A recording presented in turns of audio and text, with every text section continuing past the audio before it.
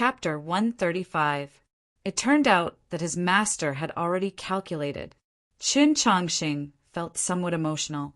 It was no wonder that in their last conversation his master had said that even if Black Robe had any ideas, they would not succeed. As Qin Chongqing was sighing, Black Robe had a very nasty expression, and the others all had very complex emotions. Only the demon lord's gaze at Su Yorong grew more and more fervent and respectful. Did he really have to kill Qin Chongqing? Why had Shang Xingzhou given this mission to Su Yorong? Why? Black Robe asked. Are you not Tao companions? Qin Chongqing and Su Yorong truly were Tao companions, the most famous Tao companions of the continent. Everyone knew that they were in love. But Shang Xingzhou was confident that she could kill his lover, calm and determined. When Qin Chongqing discovered the answer and was unwilling to die, Su Yorong was the best executor. No one, not even Qin Chongqing, could have imagined that she would kill him. For Shang Xingzhou to calculate this and dare to use her as his executor was truly extraordinary. Of course, the most extraordinary was still Su Yorong. Do you still remember what we said outside White Emperor City 10 years ago? Su Yorong asked Qin Chongqing. Qin Chongqing had found the answer and calmly accepted it, so she naturally did not need to carry it out.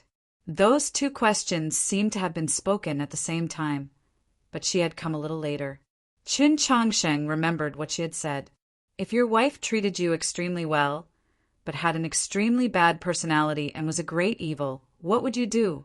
Byonghong had asked this question. Qin Chongqing's answer was that he would advise her, stop her from continuing her evil, and guard her for the rest of his life. In truth, this was rather similar to Wang Jitsa. Tang 36's answer was very simple. Why should he stop her? Wouldn't it be fun to be a great evil together? Su Yorong's answer was as fierce as the west wind outside the city. I will kill him, and then I will die with him. Qin Chongqing was not a great evil, but tonight's situation was truly rather similar to this question. Qin Chongqing knew what she meant by this and said very seriously, no. Su Yorong replied, just don't. If any other woman had said this word, it would have seemed like she was acting coquettishly or in a fit of pique. She truly was acting coquettishly and in a fit of pique, but because her expression was too calm, no one believed her. Qin Chongqing looked into her eyes and said, it's enough for me to die. Don't you die.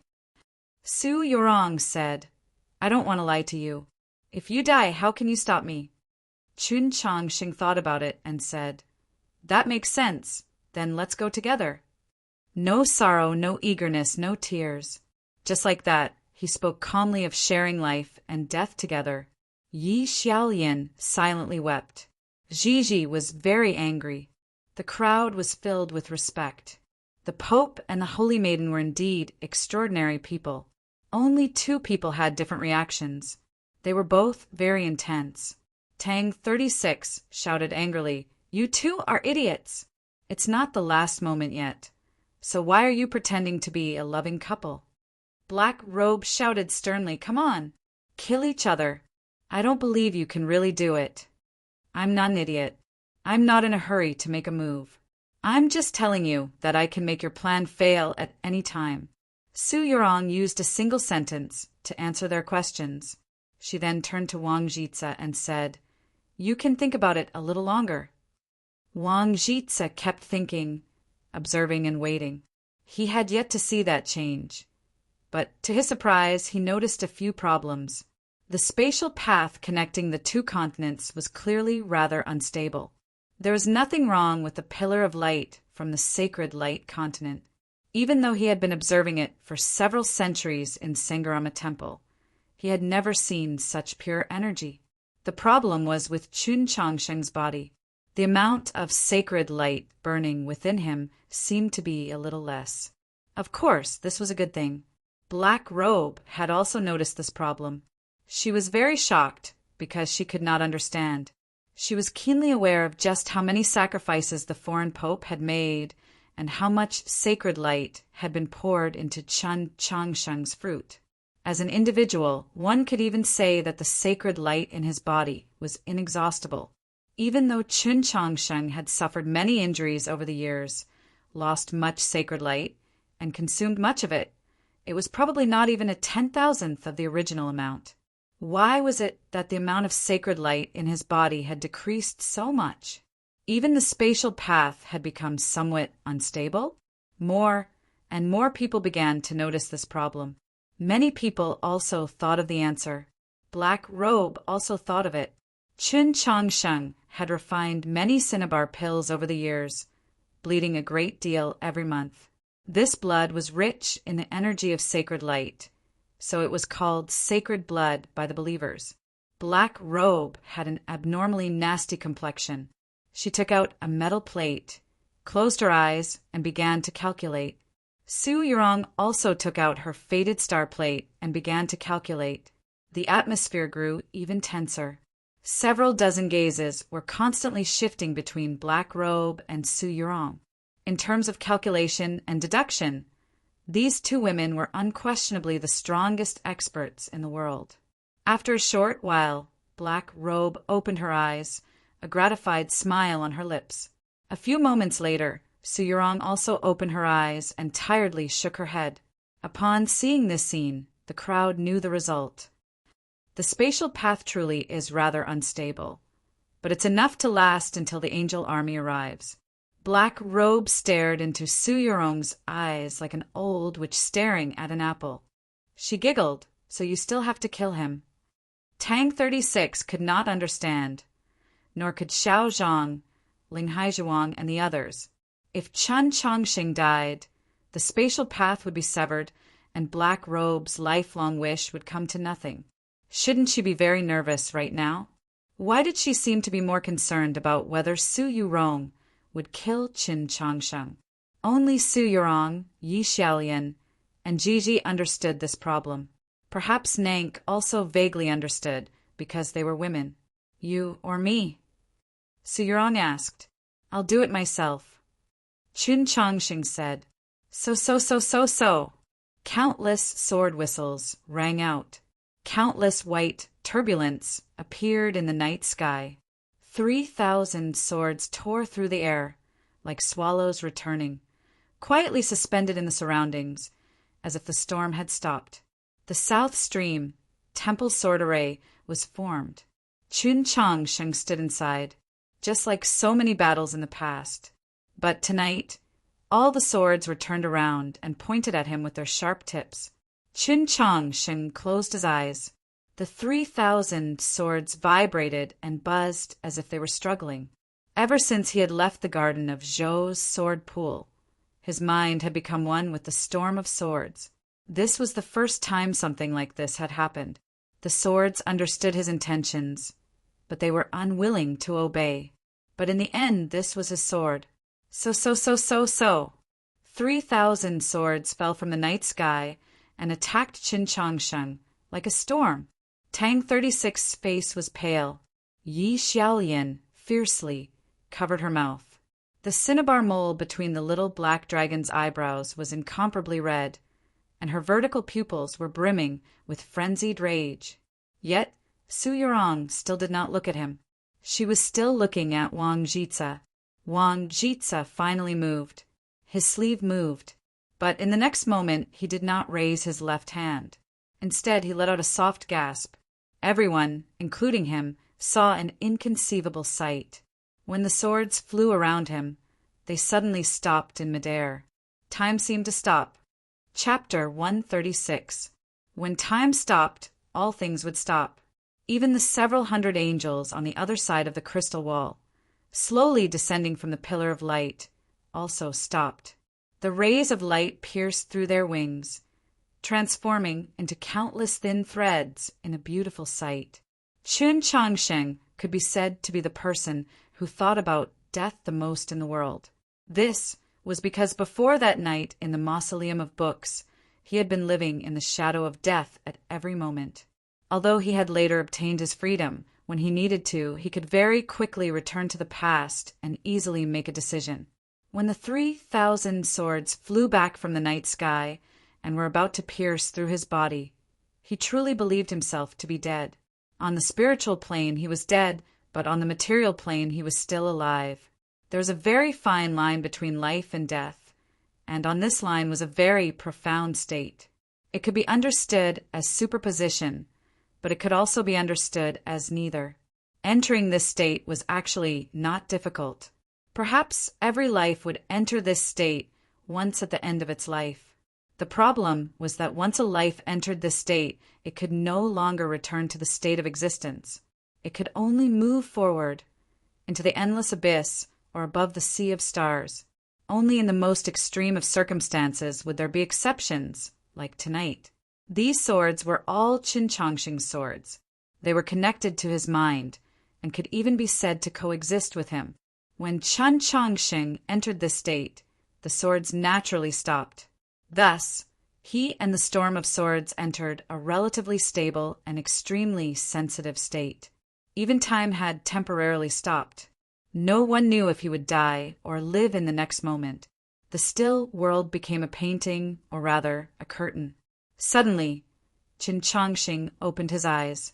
His eyes were so clean and bright, just like a mirror, reflecting all the details of the world, incomparably rich.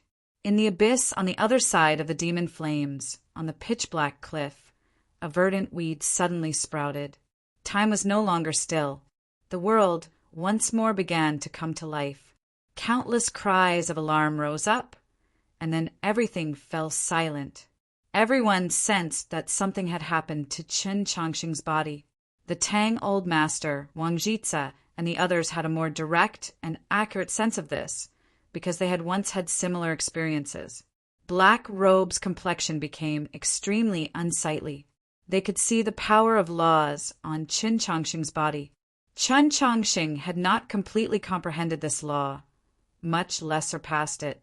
However, that was the law of life and death. It belonged to the category of time. Comprehending 1% of it was enough. Enough to do what? Qin Chongqing looked at the night sky. 3,000 swords followed his line of sight, whistling through the air and entering the pillar of light. The diameter of the light pillar was only a few feet. After the 3,000 swords entered, it seemed to be a little crowded, looking like a carp moving forward in a narrow river. Under the scouring of the light pillar, the bodies of those swords trembled incessantly, but they did not stop. They courageously moved in the opposite direction with all their might, as if they were going to transform into dragons in the next moment. Sword and light constantly clashed, sending out countless shards of light. Like lava, they sprayed everywhere in the night sky, illuminating Xuelao City. Seeing this scene, everyone finally confirmed their conjecture. They were so shocked that they couldn't speak. An envious expression appeared on the demon lord's face. Tang 36 sat on the wheelchair and slapped his legs excitedly. He shouted happily, "Awesome! Awesome!" He was indeed awesome. In the blink of an eye, Qin Chongqing had stepped over the doorsill and entered the scenery. The landscape was sacred territory. Had there ever been an expert of the divine domain as young as him? How old had Qin Xuanba been when he broke into the divine? No one knew the exact answer, and no one cared about this question at this time. The first thing Qin Chongqing did upon stepping into the divine domain was to sever that pillar of light from the sacred light continent. Could he do it? You think this is enough? Too naive. If it were possible, why do you think Wang Jitsa would still be standing? Black Robe stared at Qin Chongqing and shouted. Her voice had become extremely shrill, no longer as pleasant to listen to as before. Perhaps this was also a representation of her current mood, but her words did not seem to be wrong. The pillar of light was truly too powerful. The 3,000 swords strove forward, trembling more and more violently as if they could drop at any moment like withered leaves. Whether it was the Tang Old Master, Wang Jitsa, Wang Pa, or Xiaozhang, none of them could help him. The other end of this pillar of light was in his body. To sever the pillar of light was to sever his connection to the sacred light continent. From a certain perspective, he was fighting against himself. Thus, it was only natural that this was his own battle. Qin Changsheng ignored Black Robe. He calmly and attentively stared at the pillar of light. His gaze passed over the swords and fell upon the crystalline spatial wall. The light grew brighter and brighter. He squinted and raised his left hand. There were 5 stone pearls on his wrist, each stone pearl a heavenly tome monolith. Su Yurong believed that he wanted to use the heavenly tome monoliths to meet the enemy and was prepared to give her 5 to him. But she realized that he had no such intentions. The 5 heavenly tome monoliths appeared in the demon hall. They did not form an array, nor did they isolate Chun Changsheng from the outside world. To be more precise, they were randomly placed in the positions of 4 heavenly tome monoliths. The position of the last heavenly tome monolith had clearly been carefully chosen. It was to his right. Wang Jitsa was extremely familiar with this heavenly tome monolith because it was the one he had placed in the Lingyan Pavilion. He did not know what Qin Changsheng wanted to do. No one knew, not even Su Yurong. Gigi sensed the summons from her sea of consciousness and walked to Qin Changsheng's side, her face perplexed as to what was going on. After doing this, Qin Changsheng's right hand gripped the hilt of his sword. No one knew what Qin Changsheng was preparing to do, nor did anyone sense anything.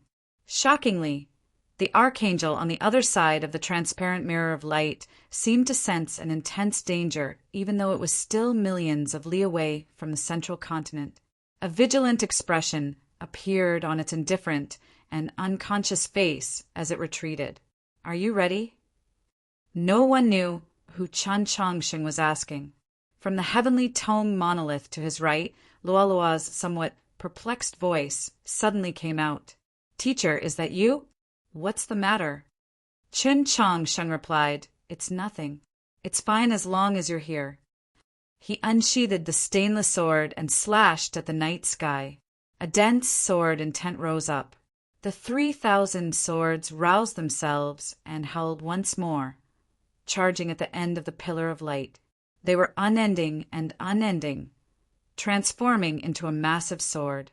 This sword was truly incomparably massive. From the demon palace on the ground, it reached the night sky, piercing through the heavens and the earth. Qin Changsheng wanted to use this massive sword to sever this pillar of light. That indifferent and condescending feeling of being observed once more appeared in everyone's minds. Everyone could vaguely guess that God had probably opened his eyes once more, even though he might not have any. It seemed like Qin Changsheng's sword had already threatened the plan of the angel army's descent. An indescribable pressure came from a distant world, piercing through the crystal wall of space and falling upon the massive sword.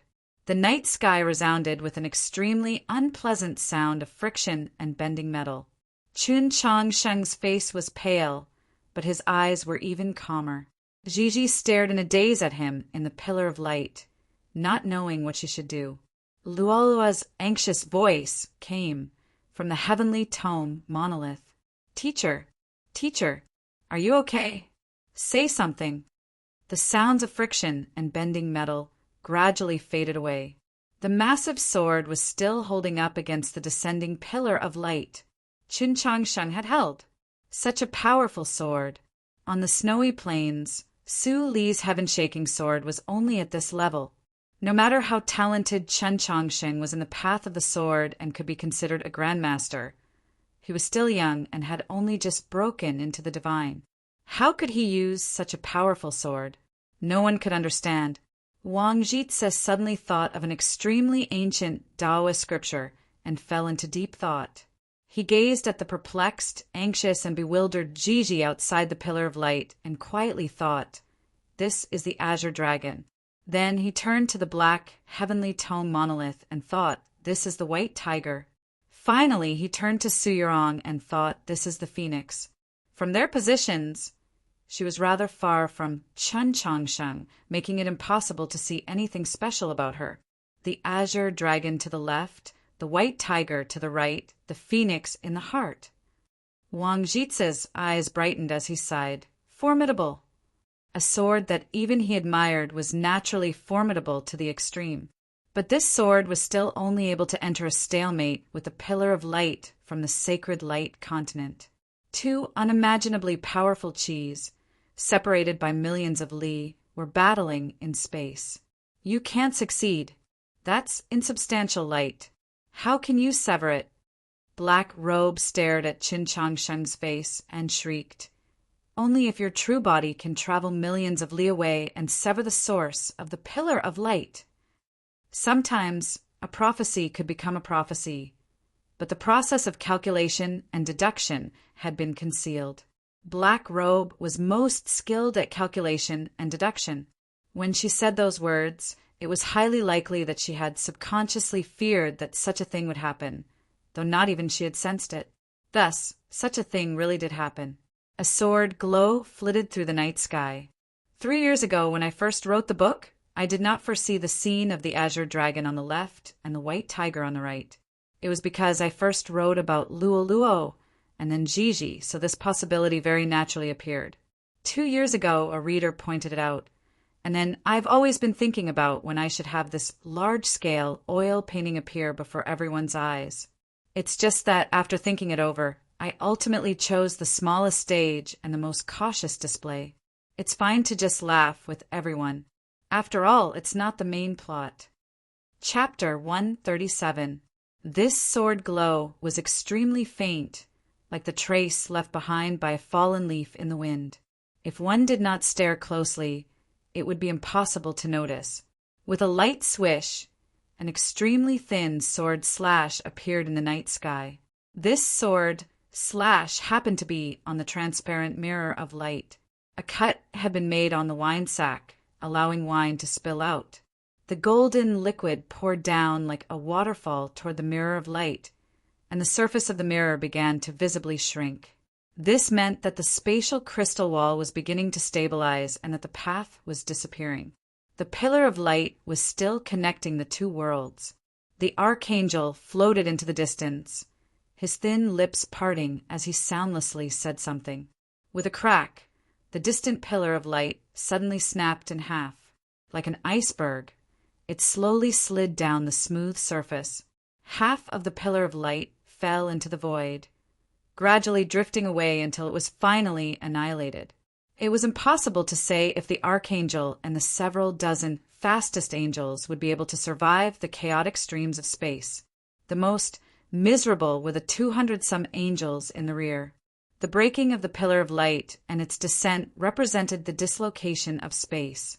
Even though the bodies of the angels possessed unimaginable toughness, they still found it difficult to resist the dislocation of space and were cut apart. Golden blood could be seen everywhere in the distant space, burning into golden flowers. The people on the ground could not hear what the angels were shouting, but they could clearly sense their pain from their twisted faces. A low, thunderous roar came from an unknown place. This low cry was brimming with dignity, anger, and coldness. A bolt of lightning pierced through the night sky and landed above the demon palace, accurately striking the massive sword. With a whoosh, the massive sword split apart, transforming into 3,000 swords that rained down like a torrential rain. Qin Changsheng raised the sheath. The 3,000 swords swiftly returned to the sheath, many of them still carrying remnants of white lightning. Qin Changsheng's face grew paler and paler, until finally he vomited blood. Fortunately, there was no second bolt of lightning, and that low cry did not come again. The spatial path in the night sky had vanished, as had the pillar of light. Even God was not omnipotent. Everything fell silent. The golden mirror of light had been reduced to countless fragments that slowly drifted down like fireworks. Based on the speed at which those fragments of light drifted down, perhaps tonight, Shualao City would be as bright as day. Apart from this, he could no longer see the remnants of the earlier battle. He even had a feeling that the Pillar of Light and the angel army were all fake. Everyone had the same dream. Look, there are stars burning over there. Suddenly, a young child's voice rang out. The young Taoist boy in Yi Xiaolian's bosom pointed to a certain place in the night sky and shouted. Affected by the beam of light, The position of the star changed slightly, but it was still the position of the Southern Cross, so it could be seen very clearly. There were no stars burning. Wang Jitsa and the Tang Old Master glanced at each other, understanding what the other was thinking. Shang Xingzhou's ability to recruit students was truly the best in the world. Wang Pa and Xiao Zhang also felt it. Soon after, Chun Changsheng also felt it. In an extremely distant place, in the Sea of Stars on the other side of the Sea of Stars, stars were burning. A wispy sword and tent was faintly discernible among those burning stars. Soon after, more and more people felt the sword and tent, even though they could not see the burning stars. Separated by millions and millions of li, not even God could pass through. So how could the sword and tent be so clearly transmitted here? Because the sword and tent had always belonged to this place. The sacred light continent could sense the sacred light in Chen Changsheng's body for the same reason. This sword is very arrogant. No wonder everyone says that I'm very similar to him. Tang, 36, beamed with delight, extremely pleased with himself. What's going on here? Why is the heaven shrouding sword there? Black Robe looked up at the night sky, sensing that wispy sword and tent in the distance. Her shrill voice seemed rather hysterical. You believe that you can calculate all life, calculate all the heavens and earth, but you did not calculate that His Holiness the Pope could actually break into the divine. Nor did you calculate that someone had already gone to the starry sky many years ago. He might have been arrogantly living his days on the sacred light continent, or he might have been secretly observing the other party until just now, at the most crucial moment, when he unleashed that most crucial attack. The Tang Old Master looked at Black Robe and said, "And I spent money to raise that person." The crowd had already guessed at whose handiwork this sword and tent was, but Black Robe's shouts and the Tang Old Master's words only confirmed their suspicions. Of course, it was Su Li. Wang Pa faintly smiled, saying nothing. Based on what the Tang Old Master had said, Su Li had been raised by the Tang clan. He had once worked as an accountant in Wenshui City for many years, so he could be counted as one. This was not the truth, at least not all of it. One only needed to think about the long-dead Tang, second master, to know. The Tang Old Master knew that given Wang Po's personality, he would not deny it. Su Li would assuredly deny it, and he might even curse. Who asked him to not be here? Tang 36 felt his face heat up, wondering if he had stuffed too much mattress into the wheelchair. Even he felt his face heat up, so one could imagine just how shameless the Tang Old Master was in trying to ride on Black Robe's popularity and take credit. But at such an important moment in history, if these words were circulated, the Tang clan would probably not fall for the next 1,000 years. To the Tang Old Master, he naturally could not miss out on such a chance, as he was essentially a merchant.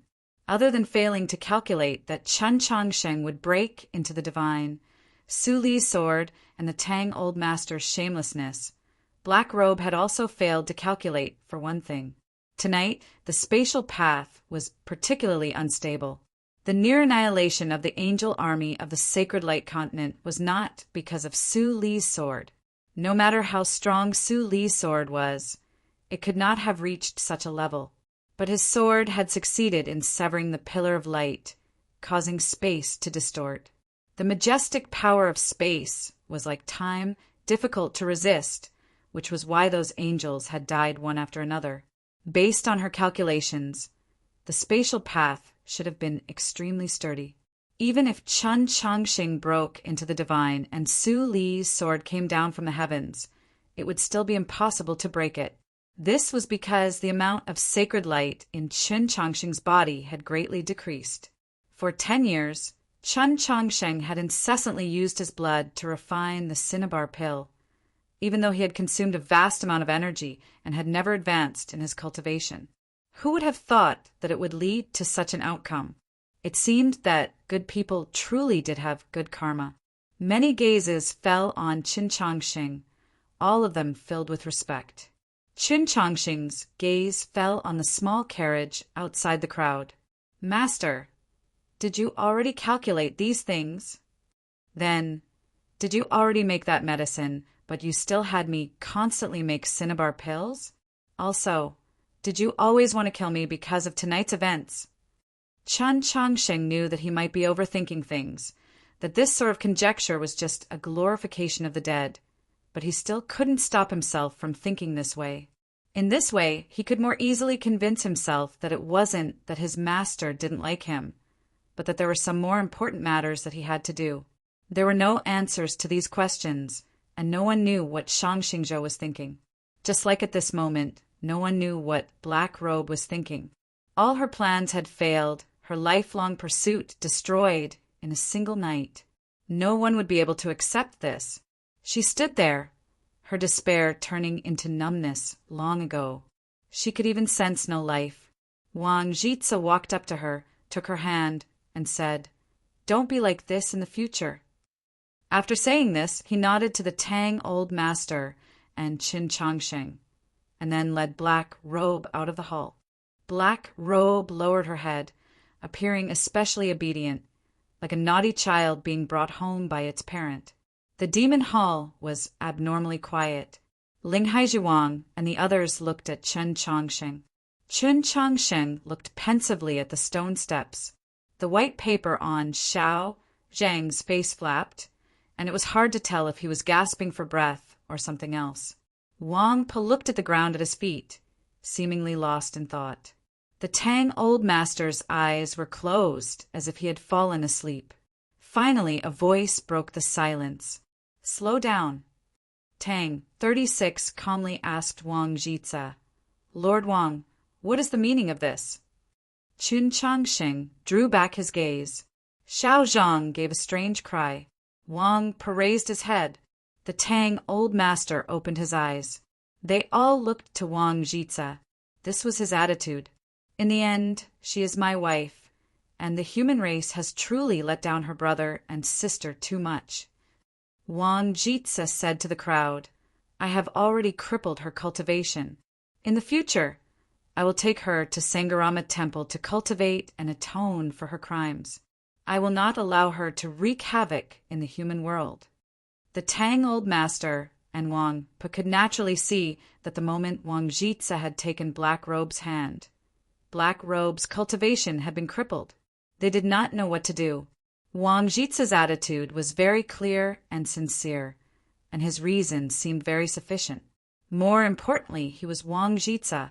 Divine General Himing, the other military officers, and even Daoist Siyuan and Archbishop Enlin all felt that this was feasible. No. Su Yurong's voice was very calm and firm. Tang 36 said, "The ones who owe this brother and sister are you, Emperor Taizong, and those people in the Lingyan Pavilion, but not us. We are still very young and have not done as many disgusting things as you have. So why should we bear the responsibility for your mistakes?" Gigi hid behind Chen Changsheng and said to Wang Jitsa, "This swindler whose mouth is full of lies can't be trusted. Who knows if he'll release his wife the moment he leaves the city?" Wang Jitsa ignored them. He only looked at Qin Changsheng and asked, "If you were in my position, what would you do?" Qin Changsheng finally spoke. "In White Emperor City, Senior Byonghong once asked me a question. We even mentioned it a moment ago. Now that I think about it, this question is also very suitable for Sir." He continued, "We have already given the answer, but Sir pretended not to see it. Just now, Su Yurong had been prepared to kill him and then commit suicide. His answer was, 'If you really feel that you owe Zhou Dufu and his sister, then do it.'" The demon hall grew even quieter, a rather awkward silence. "The person I want to take away who can remain—" Wang Jitsa's voice was still very calm, his tone still very gentle, but everyone felt a pressure. After several hundred years of wind and rain, none of these people besides the Tang Old Master had seen Wang Jitsa's former glory. But who dared to look down on him? There was no need for any reason, just his name was enough. He was Wang Jitsa. In Mount Han he had appeared and the demon lord had retreated. Later on, in the snowy plains, he had appeared and the demon commander had remained silent, and there was no need to mention the scene just now. Even if Black Robe had been heavily injured by the frost god's spear, even if her mind had been crippled, just who in the world could cripple Black Robe's cultivation with a single hand? No one present was a match for him. Su Yurong also knew that Wang Jitsa was holding back tonight, so she had not acted. She even believed that even if Chen Changsheng and Su Li had not been able to sever that spatial path, Wang Jitsa still had some other method. Wang Jitsa's strength was truly unfathomable. It was just as he had said. Just who could stay behind the person he wanted to take away? I want to try. Wang Po walked onto the stage and said to Wang Jitsa, 10 some years ago, Xuanyang City had experienced a storm. At the time, Wang Po was already a world-renowned expert, but he was still far weaker than he was now. At the time, for the sake of Su Li that he did not like, he dared to pull out his blade against Zhu Luo. And now, in that storm in Xuanyang City, there was another person present today. Chun Changxing said, I also want to try. As he spoke, a clear light illuminated the night hall. Several precious treasures rose into the night sky, exuding a divine and powerful qi. The star core, the gloom willow, the mountain and river diagram, the outer heaven seal, the falling star stone, the radiant pestle. The Li Palace's grand array was complete. The orthodoxy's divine staff once more appeared in Tang 36's hand. This world is formed from countless living beings. They are not cold stones that can be made into chess pieces, a part of the game you all play. He said to Wang Jitsa, to those lives that died because of your wife, your holiness should show a little more respect. Crippling their cultivation and imprisoning them in the monastery was not enough. The meaning of more respect was a life for a life. Xiao Zhang hugged the frost god's spear and walked out. The Tang old master was expressionless. Chapter 138. A self-deprecating smile appeared on Wang Jitsa's lips, his eyes somewhat sorrowful. On the night that Xuelao City was breached, right after the crisis of the Sacred Light Continent's invasion was resolved, he had to face the encirclement of 4 human experts of the divine domain. From your point of view, this is a very sad thing. From my point of view, it is the same. Chun Changxing said, I have read your notes and many books related to you. I really hope that I didn't see you tonight. That way, you will still be a legend in my heart. Wang Jitsa released Black Robe's hand and walked to the bottom of the steps. He looked at the crowd and calmly said, My apologies. The tense atmosphere was suddenly interrupted by a voice. I say, can't you guys respect me a little? This is my home. The demon lord took 2 steps forward and said, Should I not be the main character of tonight's tragedy? Thinking of those letters, Tang 36 smiled and said, Tragedies often originate from awkwardness. You are still young, so you are not awkward. I take that as a compliment. The demon lord earnestly said to him, then turned to Black Robe and sincerely asked, Are you really prepared to leave with this man? Black Robe lowered her head slightly, and a mournful smile appeared at the corners of her lips. Although her face was a strange green color, there was still a bewitching beauty to it. The demon lord's eyes began to blaze. I won't let you go. There was a sudden gust of wind, but Wang Jitsa had returned to the platform and gripped the demon lord's throat. A magical artifact fell at the demon lord's feet and shattered. Just now, he had aimed this demonic weapon at Black Robe, but before he could attack, he was restrained by Wang Jitsa. The demon lord's face was red and he was almost out of breath, but he was still laughing. Wang Jitsa slowly loosened his grip, his face turning pale. Black Robe fell to the ground dead. A seemingly ordinary sword had pierced through her body, directly destroying her ethereal palace. The one holding the sword was a man in green. The blue-clothed man had been hiding in the demon lord's shadow this entire time.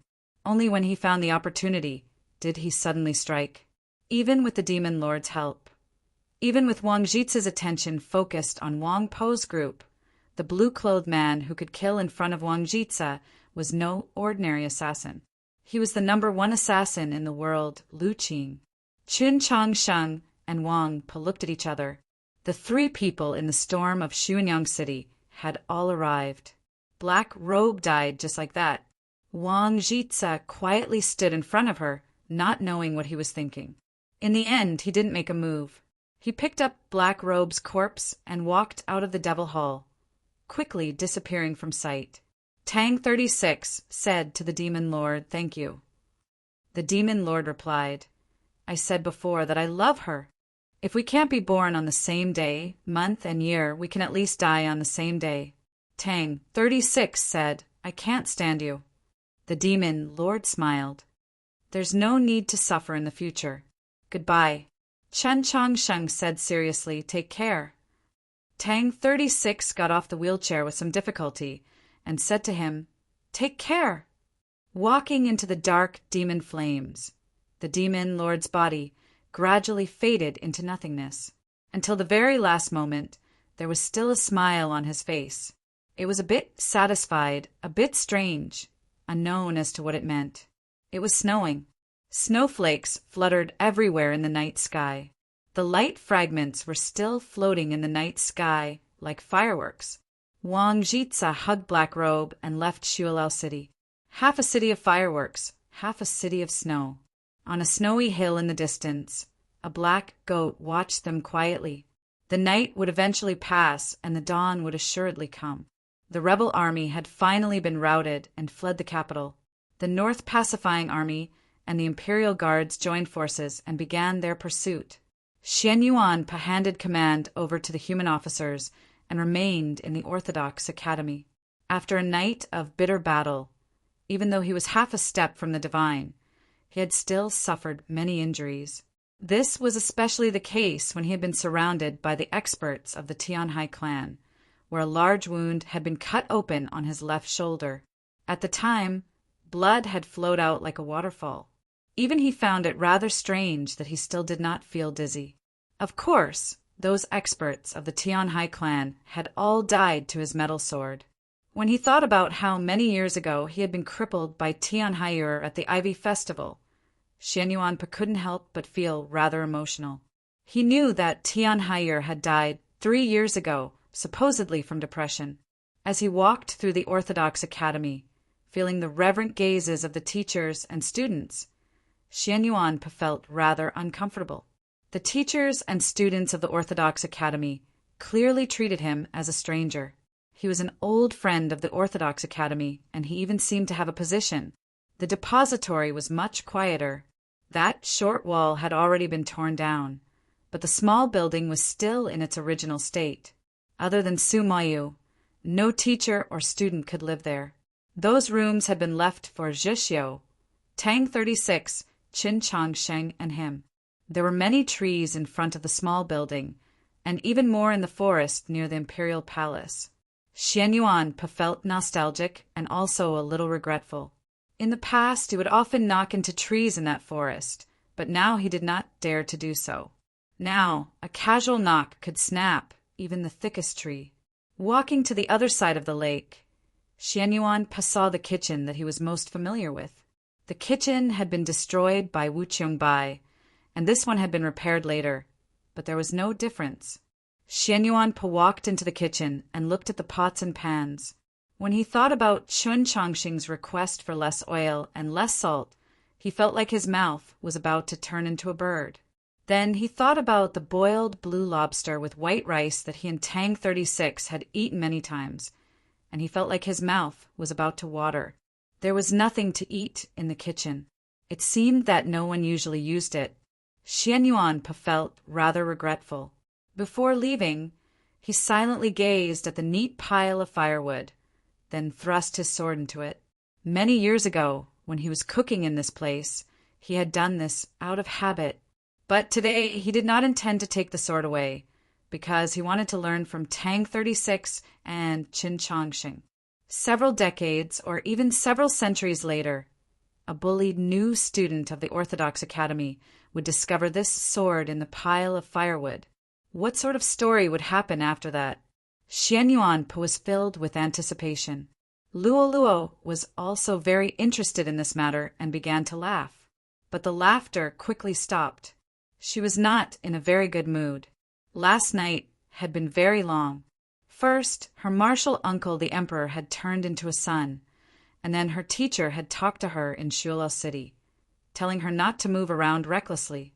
Just what had happened in Shuilao City. Since her martial uncle the emperor was so formidable, why had they come to the capital? Is there no meaning in what we're doing? She stood on the great banyan tree and seriously asked Xian Yuanpa. Xian Yuanpa stood under the tree, worried that Her Highness would fall. He said, "It's already been 10 years since Her Highness has climbed this tree. Be careful, it's slippery." Luo Luo made a face and jumped over a branch with familiarity. She walked to the front of the branch and gazed at the lake.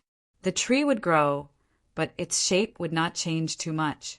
The principal said, "The process is more important than the goal." Then I think there is a meaning in us coming to the capital. Xian Yuanpa paused and said, "Actually, I don't understand the meaning of this sentence." "You are such a stupid bear," Luo Luo said. Xian Yuanpa thought, "If you weren't Her Highness, but Tang 36, then I definitely wouldn't let you go." Luo Luo explained, "Teacher's meaning is very simple. We are all going to die. The goal has already been decided, so the process is obviously more important." Xian Yuanpa very seriously thought about it and said, "It seems to be very reasonable." Luo Luo gazed at the lake and found a very fat koi, but she didn't know if it was the one from before. The fat koi gradually sank to the bottom of the lake. Suddenly, it waved its tail and began to happily swim back to the surface of the lake, creating many splashes. Luo Luo happily laughed. Many days later, Qin Changshan's group returned to the capital. The scars of battle could still be seen on the streets. There were many collapsed buildings.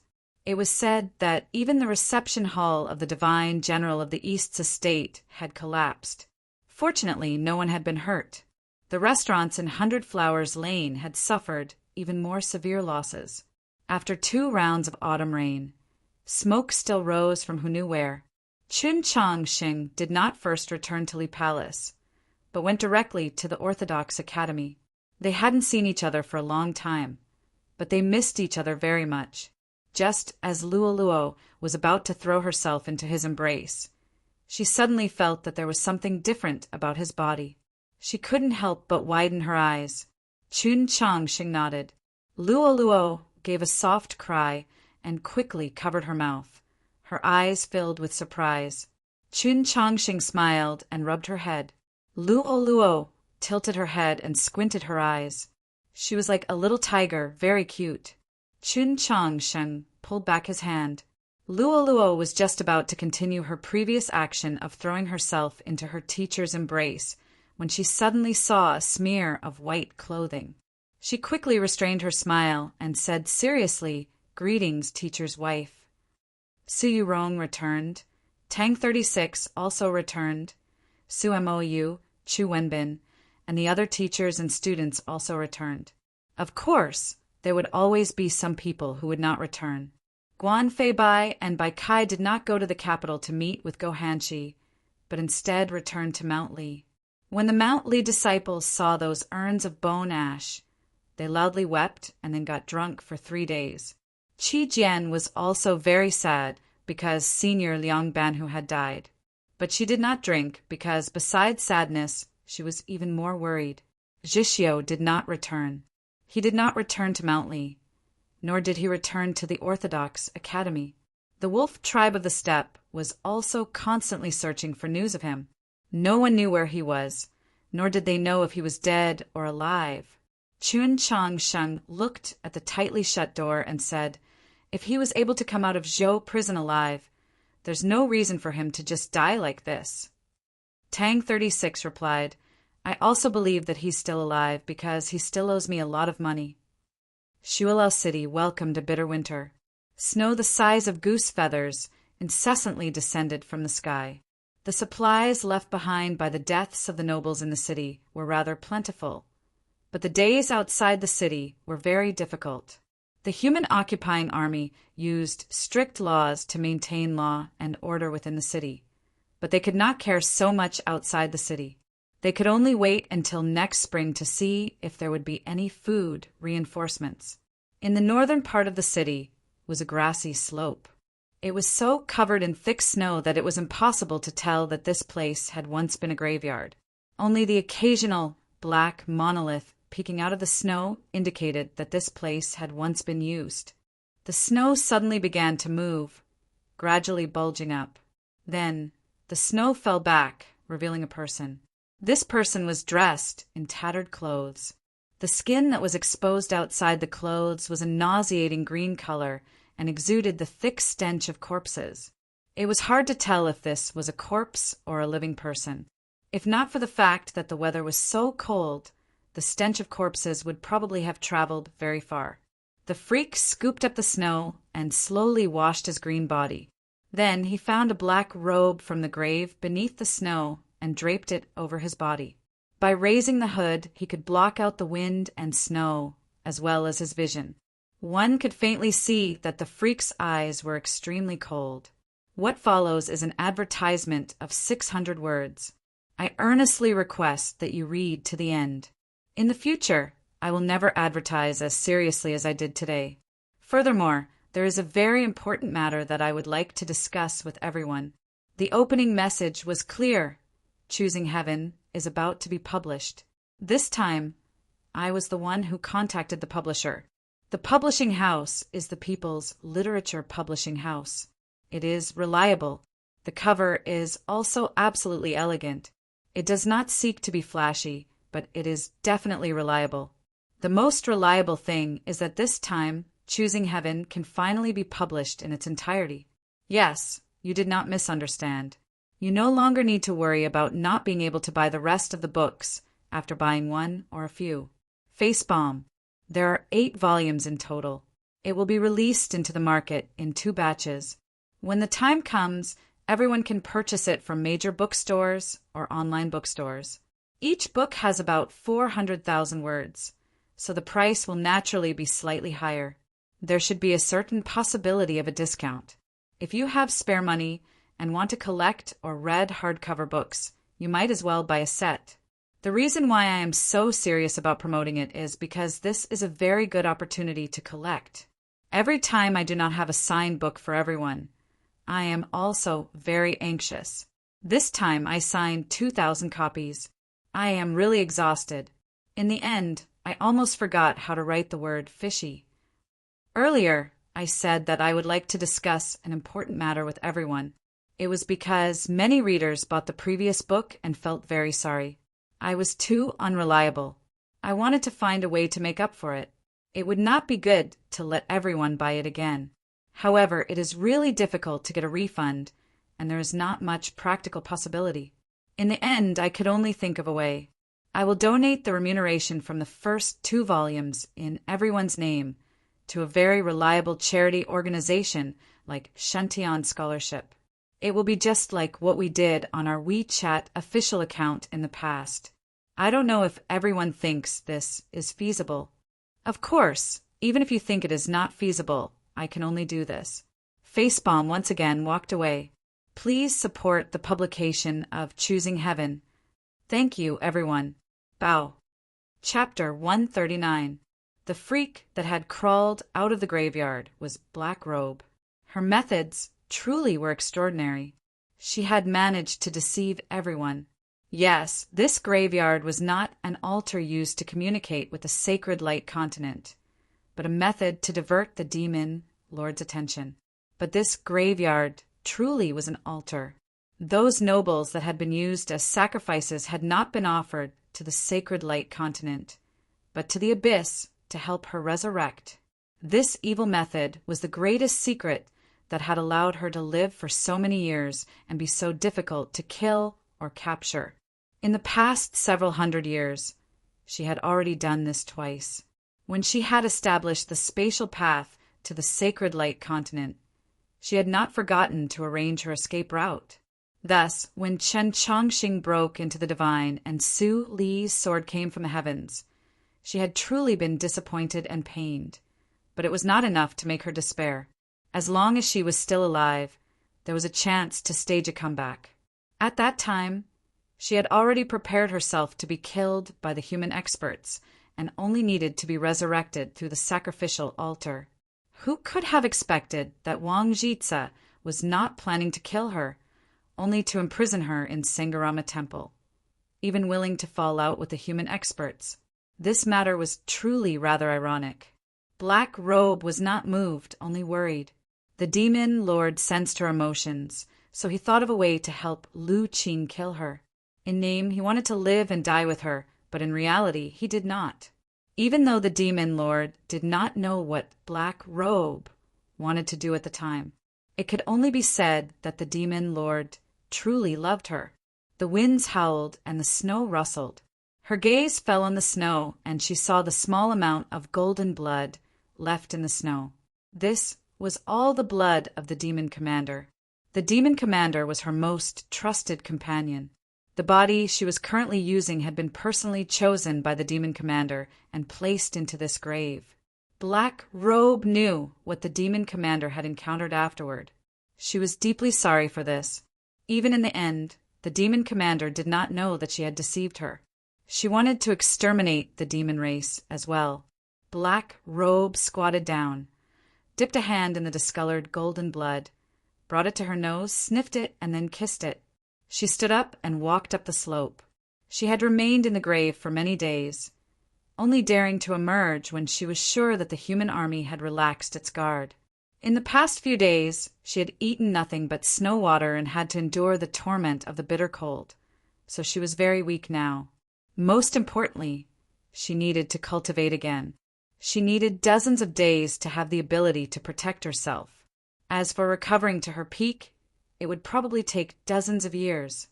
She slowly walked to the top of the snowy slope and looked at the snowy plain in the distance. A smile appeared on her slightly rotten lips. Thinking of the cold and hunger she had endured these days, she felt that she was really a great avenger. In the snowfield, she had prepared many hiding places and food. As long as they could reach those places, they would be temporarily safe. Once she recovered her strength, she would return to Shualao City. No, she would return directly to her long-awaited homeland in the south. She had already decided what she would do when the time came. The humans who had utterly defeated the demons would assuredly sink into internal strife. Whether it was between the north and the south, between the imperial court and the Li Palace, between the humans and the demi-humans, or even between those two martial brothers, new conflicts would arise. This was an inevitability of history, and it was also a weapon that she would use to her advantage. Vengeance would continue. Black Robe turned her head to Shualao City and faintly sighed. This was how stories were usually written. They would have an open ending, waiting for a new chapter to appear many years later. But today's story was different. Black Robe prepared to walk down the slope and disappear into the vast snowy plain. At this moment, a patch of snow rose up and spread out in all directions. An extremely large demon stood up from the snow, its shadow falling on Black Robe's face. Black Robe only needed a glance to determine that this was a member of the massive Gruel clan. The problem was that no matter how she looked at it, this demon was already dead, a corpse. It was only because of the recent cold that it had not rotted, making it seem like a zombie.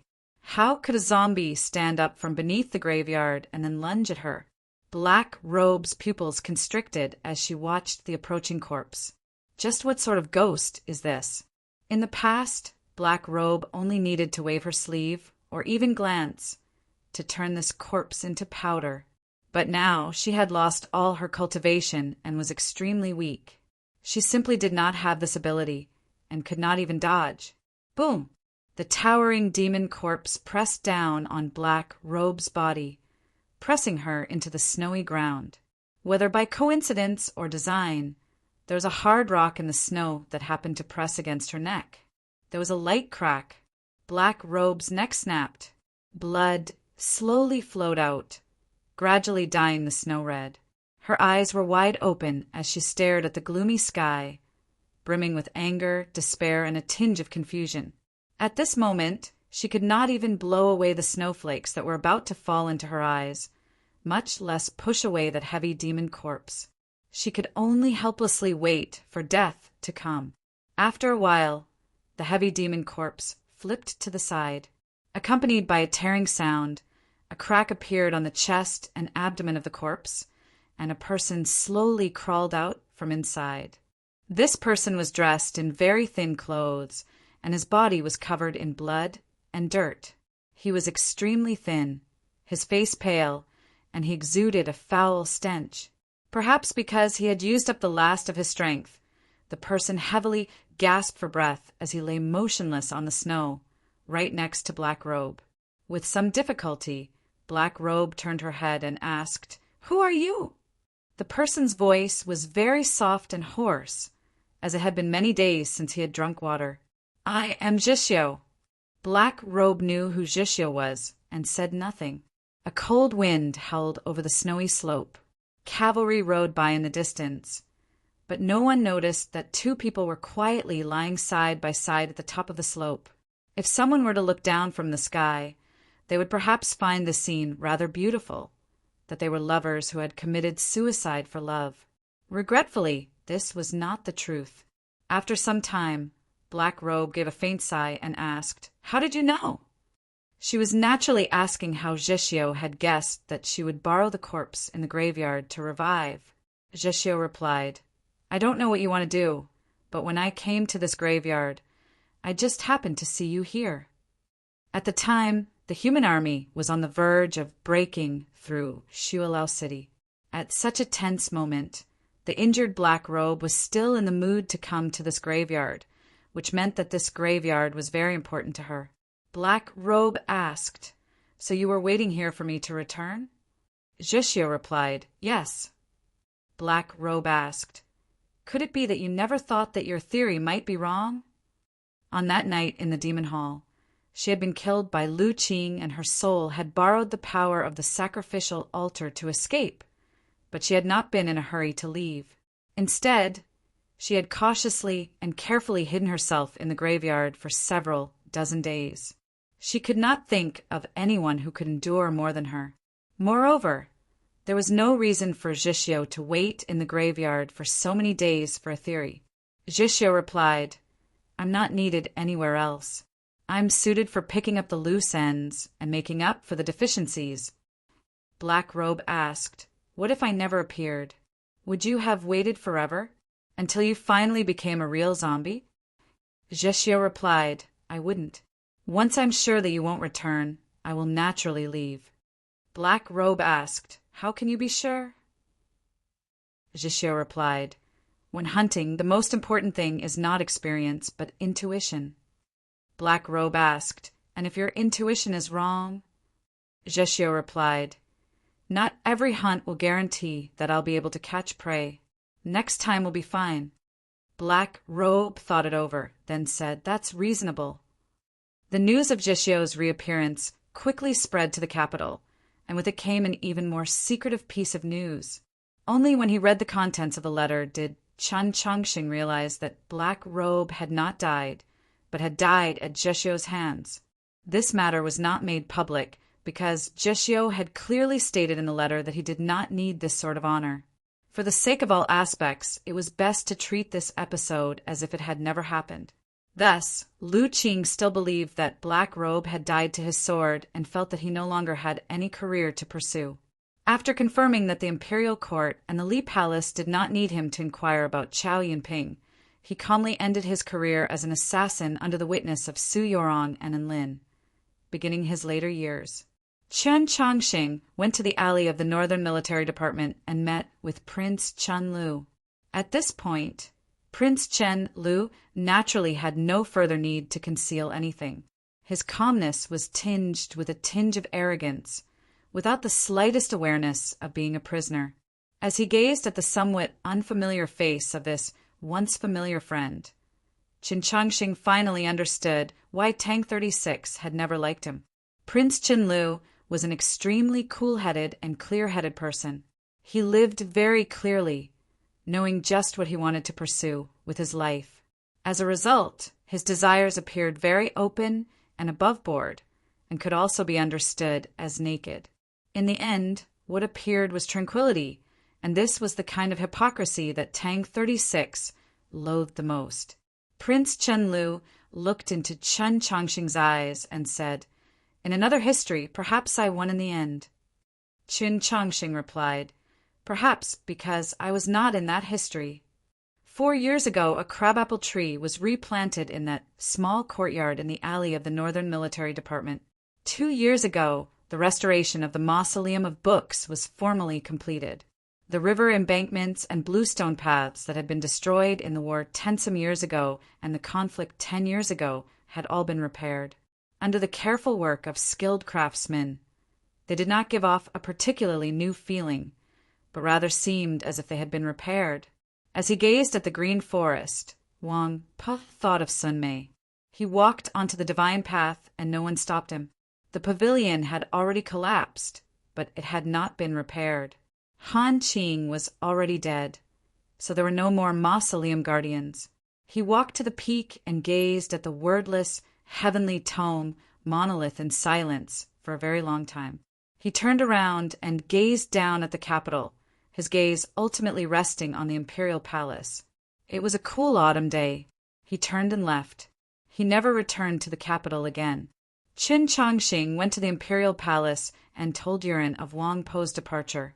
Yuren's expression did not change, but Divine General He Ming and the other ministers were clearly much more relaxed. After everyone had withdrawn, Yuren gave his own assessment of this matter, or perhaps Wang Po himself. His heart cherishes the common people, a true scholar of the state. Qin Chongqing's mood was rather heavy. Wang Po's departure had made him recall Shang Xingzhou's life. Master only wanted to do one thing in his life. If he were still alive, he would definitely be very happy, but perhaps he would also be very empty. Perhaps. Yuren did not finish speaking.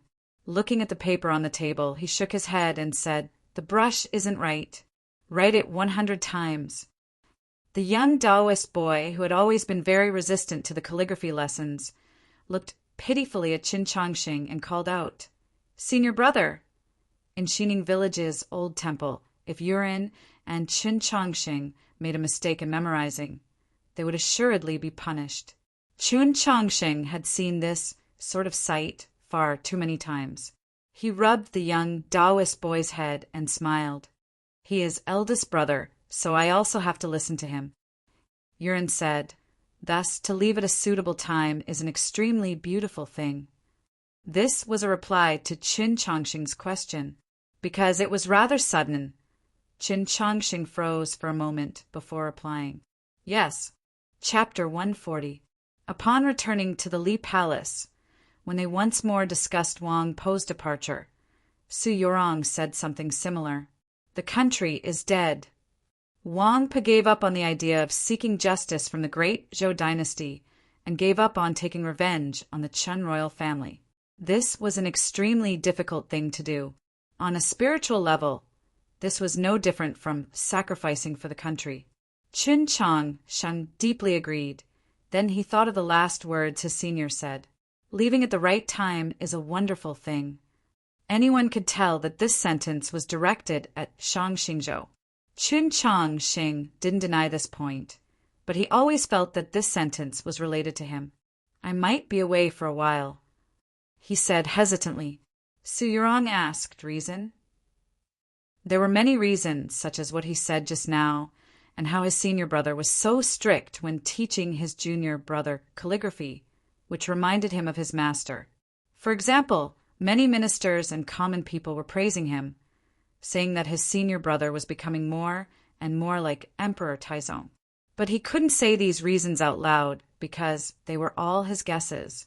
He didn't have any proof, and this kind of guesses was really irresponsible. He didn't say it, but Su Yorong knew. She said, "Maybe you think too much." "Yes." Qin Chongqing looked at her and said seriously, "But before Emperor Taizong did those things, he might not have been the Emperor Taizong that we know. He was the Prince of Qi that everyone praised. Perhaps killing his brothers and imprisoning his father was a choice he had no other choice. Su Yurong said so. Chun Chongxing said, I don't want him to become the second Emperor Taizong, so I want to leave. If that's the only reason, I don't support it because it's a completely passive excuse.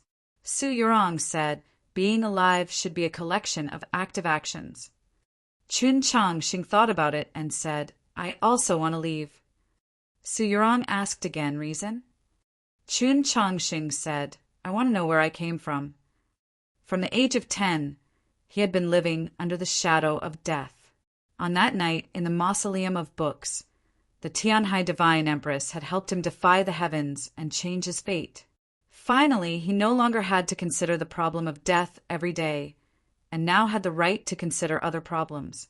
Apart from the problem of life and death, the most important problems in life were those three. Who are you? Where are you from? Where are you going? In order to answer the third question, he had to first clarify the first two questions. The war with the demons was not over yet, but there was no need for him to do anything else. Shang Xingzhou and Black Robe said that he came from the Sacred Light Continent and that he wanted to go there to take a look. I accept this reason, Su Yurong said, but not for too long. Chun Chongsheng was a little surprised and said, You're not going with me? Su Yurong said very seriously, I was born in the capital. Chun Chongsheng returned to Xining village. Even now, he was still thinking about his final conversation with Yurong, and then he remembered Tang 36's evaluation of Yurong in the plum garden many years ago. She was a woman that made one speechless. This answer made Qin Chongsheng slightly relieved, but he forgot that Tang 36's evaluation of him was the same. He, the Pope, had suddenly left. Not only was he being irresponsible, he truly did leave others speechless. In the middle of winter, the flowering trees by the stream had already turned bald. There were no petals on the surface of the water, and there were no books in the old temple. Qin Chongsheng slept in the old temple for a night. On the morning of the second day, he woke up at 5 a.m. He washed his face with the stream water and walked in that direction. The fog grew thicker and thicker, becoming clouds at its thickest. In the clouds there were streams, vines, easily startled deer, and many shadowy beasts of unknown origin. These were all environments that he was very familiar with, but they did not cause his footsteps to pause until he reached the foot of that lonely peak. A unicorn appeared, its entire body pure white, like a spiritual being. Qin Chongsheng quietly stared at it. He knew that this unicorn had been waiting for him, had been waiting for many years. You don't have to be with anyone. You're fine by yourself. Qin Chongsheng looked at it, shook his head, smiled, and said, Go. The unicorn left rather reluctantly, turning its head to glance at him every 10 steps. Qin Chongsheng quietly watched it, not turning to leave. Only when it vanished into the thick clouds did he continue his journey. The lonely peak was shrouded in clouds year-round. Its surface was very moist, covered in moss and flowing water. But to an expert of the divine domain, these things were not difficult. They were like flat ground. 9 days ago, the sun sank into the cloud grave and did not appear again. On the 10th day, Qin Chongsheng arrived at the lonely peak. Note, besides the sea of clouds, there was nothing here. It was especially cold and cheerless, giving him a feeling of loneliness. He sat on a rock at the peak, took out a fruit, and slowly and earnestly ate it. There were many things in the sheath, including food. Gigi had personally prepared it, and there was a lot of it. But he did not ask for anything, just a fruit. Just like how he had chosen to climb and not use any other method to reach the peak. This was probably the sense of ceremony he needed. After eating the fruit, he raised his head to look at the sky and found that it was right in front of him. He stretched out his hand and touched it. He found that the sky felt good to the touch. It was not as hard as he had imagined. It was very smooth and somewhat elastic, just like Yurong's face. He closed his eyes. The 3,000 swords whistled out, flying back and forth above the sea of clouds, seeming incomparably happy. They probably also knew that they were about to go to another world. Chen Changsheng reached the other side of the sky and then fell to the ground. It wasn't very painful because the ground was covered with soft grass. This was a grassland with a circumference of several hundred zhang. Chen Changsheng turned his head and saw that the broken spatial crystal wall was slowly closing up. The color of the sky grew fainter and fainter until it was about to vanish. He could clearly see that the lonely peak that reached the sky of the central continent seemed to be facing him here. As it turned out, the two continents were not parallel, but perpendicular to each other. To this place, the central continent was like a wall. This grassland was truly very small. In just a few moments, he had walked out. Outside the grassland was a barren desert. The white sand formed a world like the White Sea. The light from the 9 suns was dazzling. Chen Changsheng casually chose a direction to walk in. Each step covered several li very quickly. He encountered the natives of this continent. More and more natives appeared. No one asked him about his origins, and no one dared to stop him. The natives looked at him in awe, parting like a tide until the sacrificial altar was revealed. The weather was truly hot, but the white-clothed monk sat on the sacrificial altar, allowing the sun to shine upon him. Back then, Chen Changsheng had followed the Tianhai Divine Empress's soul and met him by the stream at Xining village. "I'm about to die, and my qi and blood are exhausted, so I'm a little cold," the white-clothed monk explained to him. Chen Changsheng replied, "This place truly is a little cold." The white-clothed monk's cold was reasonable, but why did he also feel that this place was cold? After all, the 9 suns in the sky were all real. "Have you come to take us home?" the white-clothed monk asked. Upon hearing these words, the hundreds of thousands of people around the sacrificial altar knelt like a tide, sobbing as they prayed, "All for our home." Chen Changsheng silently gazed at these people. The monk said, "Your master once promised me, if you did not agree, I would wait for your junior brother to come and do this." Chen Changsheng replied, "If I can return, I will seriously consider this matter." The monk understood his meaning and asked, "You want to see the path you came from?" Chen Changsheng replied, "Yes." The monk said, "You should be clear that this place is not the sacred light continent." Chen Changsheng nodded. He had known a long time ago that this place was not the sacred light continent.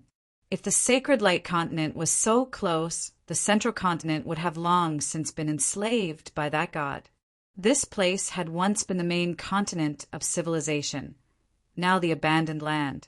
Those blazing, scorching rays of light that seemed to be brimming with energy were not true sacred light, but an illusion. This continent had already lost all its energy, and its vitality was constantly slipping away. With the passage of time, it was constantly declining. Back then, we sent 3 drops of royal uncle's blood through the sacrificial altar to the sacred light continent. The white-clothed monk continued, "And then there was you." The royal uncle he spoke of was Chen Xianba.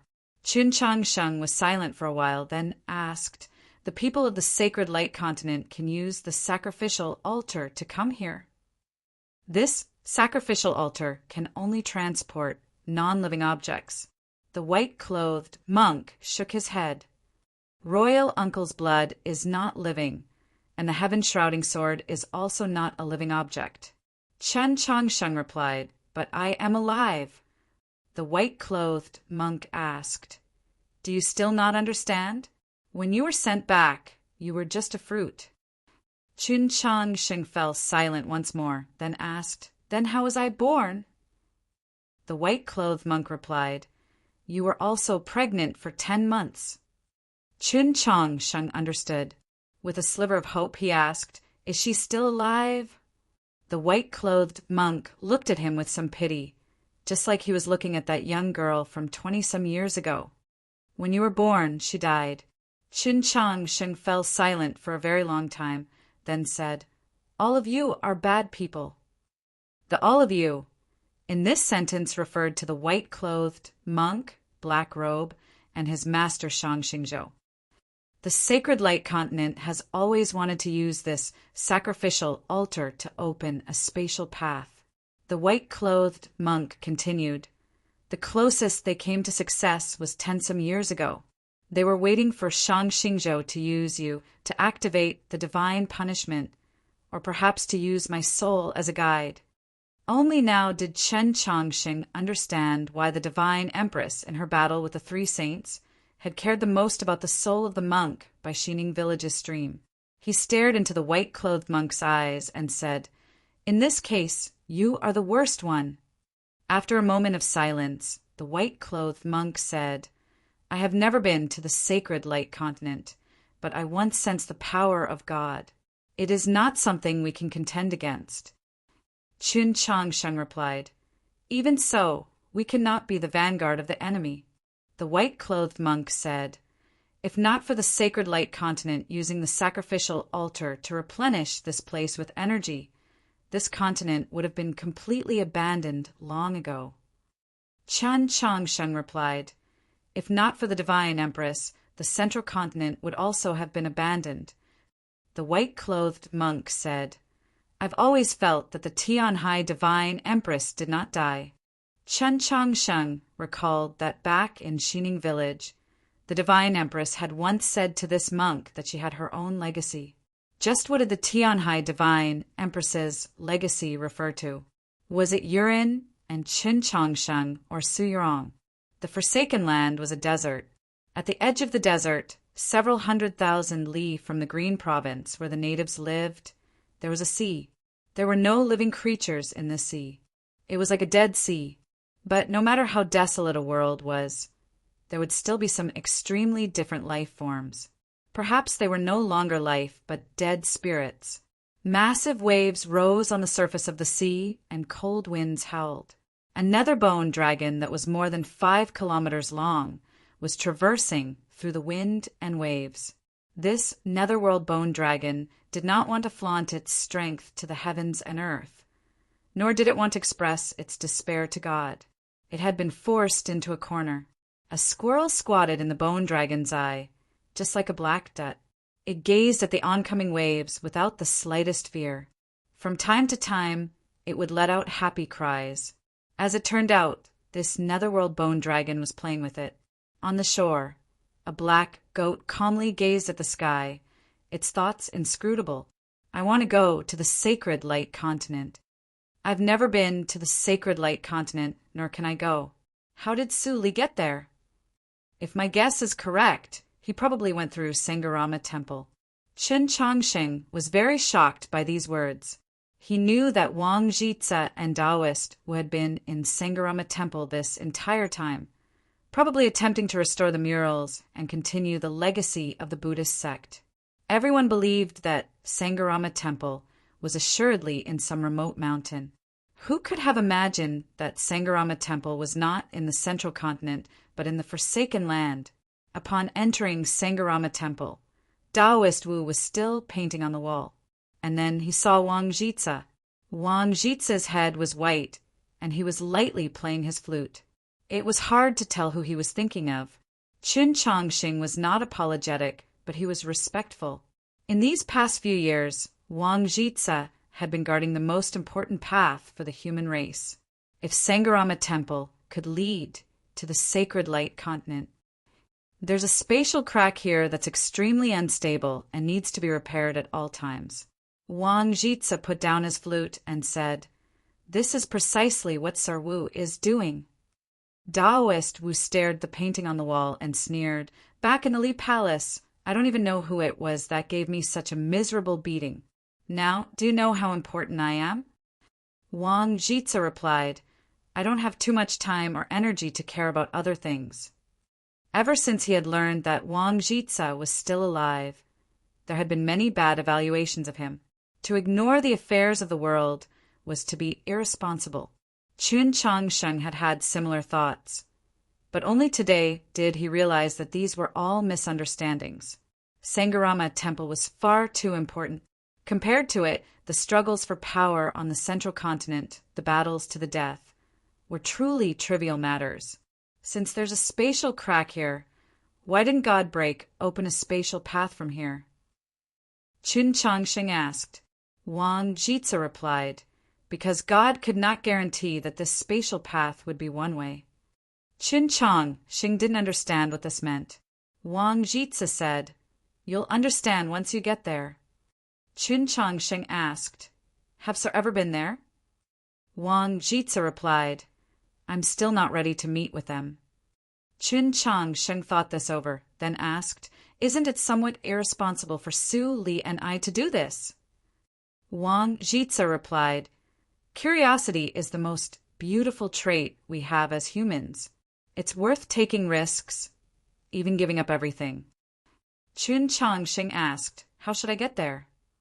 Wang Jitsa brought him to the mural. Many scenes were painted on the wall. Buildings with pointed roofs naturally exuded a divine aura. There were grasslands and white clouds, scattered huts, bustling markets, and even the seemingly sunny but actually sinister Colosseum. In terms of architectural style, they were very similar to Shualao City. The murals also depicted many intelligent beings that were different from humans. Some of them were like craftsmen, like low-level demons, only much shorter. Some of them were extremely beautiful, like the elves that had taken refuge in the great western continent. Qin Changsheng became more and more entranced. Only when he heard the tolling of a bell did he wake up. As far as the eye could see, all he could see was a green grassland and white clouds drifting in the blue sky. The bell of a church came from up ahead, and a shout came from a square building. This language was very similar to the language of the demons. Qin Changsheng could understand it. It was probably a class. He had already come to the sacred light continent. Note, of course, it's rising evil. I hope that the bean can hurry back and continue writing web novels. Tomorrow is the last chapter, and there will be an epilogue. The mood is rather complex. Chapter 141. In the spring of the 33rd year of Xian, many things happened. First, the emperor of the Great Zhou issued a decree, requesting that the Li Palace quickly elect a new pope. This matter caused a huge uproar. Very few people knew that after the decree was issued, the emperor sat on the throne in a daze for a very long time. Then he had his junior brother write a letter to Holy Maiden Peak. The road of peace was also very lively. The prince of Zhongshan, because the zhajiang noodles didn't taste right, was cursing the new cook into a pile of cow dung. Not far away, in the Shui estate, Shui Yejin, who had obtained second place in the grand examination, had left the mausoleum of books. The first thing he did was to be brought around by his mother to go on blind dates. Every night he would sigh and moan. Meanwhile, Zhou Tong's secret residence, next to the Shui estate, had been secretly taken over by MOU. Recently, after the court session ended, her favorite thing to do was to discuss with the Prince of Luoyang how to make pickled radishes. It seemed like she really was pregnant. The former Lord Feng Guijun of Xunyang City had remained in Shualao City this entire time. It was said that he was studying opera singing. The fruits of the demon race's civilization were impolitely shared with the entire world by the great Zhou dynasty, and the most precious research notes of Grand Scholar Tungus were split between the imperial court and Mount Li. Up until now, Go Hanshi had not left the main peak for 3 years. Day and night, he was accompanied by those research notes. Qiu Shanjun, on the other hand, only looked at them for 3 days. Then, ignoring his father's pleading, he left alone and went to the distant cold snowfield. By the time Guan Feibai learned of the news and rushed back from Wenxie, he could no longer see Qin Changsheng. Nor did he have the chance to ask his eldest brother about the contents of the letter he had written to Liang Banhu.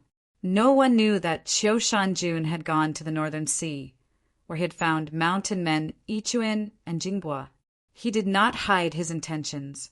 He told the 2 hillmen that he planned to live by the North Sea for many years and wait for them to die of old age. Then he would dissect and study their bodies with Grand Scholar Tunguz's notes, hoping to find a way to allow the demon race to continue reproducing. The 2 hillmen were not angry, nor did they think that he was a lunatic. They smiled and agreed to his request. The next morning, when Chiu Shanjun saw Nank, he found out that she had already lived here for several years, but it seemed that her illness had not recovered and had instead worsened. He smiled and said, "What a coincidence! I've recently learned a sword song. Do you want to listen?" Everything in the world was good except for Tang 36. No matter how arrogant he was in Wunshui City, he couldn't show off his abilities, and when he returned to the capital, he couldn't stand Jishio and Qi Jian's display of affection. The old master's body was healthy, and it was clear that he wouldn't die for another few decades. His father's poison had already been completely cured, so he could at least live for another few hundred years. What could he do? He went to the Peach Blossom Mountain outside the city, entered the Peach Blossom Nunnery, and ordered a cup of peach blossom tea. He sat there for 3 autumns, but all along he did not receive any reply. Luo didn't have a good life either. In spring, she was officially conferred the title of Crown Princess, but it did not affect her life much. Other than reading, practicing, and painting pear blossoms, the thing she did most often was to look at the sea of clouds. Her fingers subconsciously rubbed the stone with a lonely expression. Xian Yuan didn't continue to lead the army, nor did he follow Jin Yu Lu to farm. He became Luo's bodyguard. As Luo stood by the round window, staring at the sea of clouds in a daze, he was also staring at her in a daze. He knew that Her Highness would not remain here for too long, because Her Highness truly was bitterly cultivating. And on the day that she crossed that threshold, Her Highness would assuredly go to that world to find Qin Changsheng. In the twilight, the Tong River was as beautiful as a golden belt. Life in the small village was still peaceful and leisurely. The green bamboo tile toppled onto the mahjong table, eliciting cries of surprise. All of them. Su Yurong calmly gazed at the bamboo tile and suddenly said, "It feels pretty good." The woman and the other 2 mahjong players were just about to say a few words when they suddenly felt that something was wrong. She didn't seem to be talking about the mahjong tiles. The clouds that perpetually shrouded Holy Maiden Peak suddenly scattered. Countless rare and strange birds flew over from all over the continent as if on a pilgrimage. An autumn rain washed the Tong River, and every place in the world sensed it. Wang stood under the wudong tree and gazed in the direction of South Stream Temple. He sighed extraordinary. He was keenly aware that Su Yorong had not left with Chan Chongqing, not because South Stream Temple had too many matters to attend to, or because the general situation of the world had yet to be settled. She was just not convinced. She wanted to leave on her own. Chan Chongqing had broken into the divine in Shuilao City for various reasons, and the process could not be repeated. In truth, Su Yorong had been the youngest to enter the divine domain. Before leaving, Su Yorong received a letter from the capital. The handwriting was very clean, somewhat similar to Qin Chongqing's and also somewhat similar to Yuren's. The contents of the letter were a copy of Yuren's original words. "In 3 years, I will abdicate and bring him back to replace me." Someone had left this world even earlier than Su Yorong. She had also gone to find Qin Changsheng. The black-clothed girl walked out of the abyss and gazed at that majestic fortress of ice. She listened to the shouts coming from the walls, her face filled with confusion. If she had heard correctly, those people were shouting dragon riders, but weren't those lizards flying through the snowstorm? Qin Changsheng squatted by the stream and used a handkerchief to carefully wipe away the beads of water. Rising, he walked through the forest, over the fence, and toward that distant building. His hair had already been cut short and slightly curled. It was impossible to comb it into a Taoist bun, but it still looked very refreshing. The clothes he wore were immaculately clean, a stark contrast to those of the other magic apprentices. Perhaps it was for this reason that both the professors of the academy and the aunties on the ranches liked him. Qin Changsheng was currently an ordinary magic apprentice. In the Duchy of Greycastle, there were tens of thousands of magic apprentices like him. He was not worried that someone would discover his secret and know that he came from another world. even though this academy had many outstanding magi and even 2 archmages. In the academy, his performance was extremely ordinary. Whether it was the ripples of magic energy or the strength of his mental strength, there was nothing special about him. If he wanted to, those weak ripples of magic energy could vanish at any time and he would truly become an ordinary person. Even if God saw him, they would probably be unable to discover his true identity because he had truly achieved concealment. The moment he arrived on the Sacred Light continent, he realized that the world here was filled with sacred light. This sacred light and the sacred light in his body had always been the same thing, so the two naturally blended together. This also meant that he had truly become one with the world. Yes, he was currently in the concealed divinity realm, the same realm that the Tianhai Divine Empress had reached. If other humans came to the Sacred Light continent, they would probably not receive such a terrifying boost in strength, but they would still become much stronger. The world was filled with energy. Several years ago, Su Li's ability to cleave open the spatial path with a single strike of his sword was presumably related to this. Although his sword had also been very formidable in the central continent, it had probably not reached this level of power. In the Forsaken Land, he had once wondered why God did not break open a spatial path from Sengarama Temple, since it was a spatial fissure. Wang Jitsa had told him that it was because God could not guarantee that the spatial path would be one way. Now he understood the reason. God was afraid. He was afraid that humans would come to the Sacred Light continent. Dusk fell on the window. Chun Changsheng walked to the window and gazed at the lawn on the perimeter of the academy. On the lawn, many teachers and students were on their way to eat dinner. Seeing him by the window, they all warmly greeted him. As he looked at these people, he suddenly felt a little reluctance. It was time to leave. In the last few years, he had been studying very earnestly in the academy. He had already grasped the history, magical knowledge, geography, and culture of the entire continent. Moreover, based on his calculations, Yurong should be coming soon. The world was so big that he was worried that she would not be able to find him.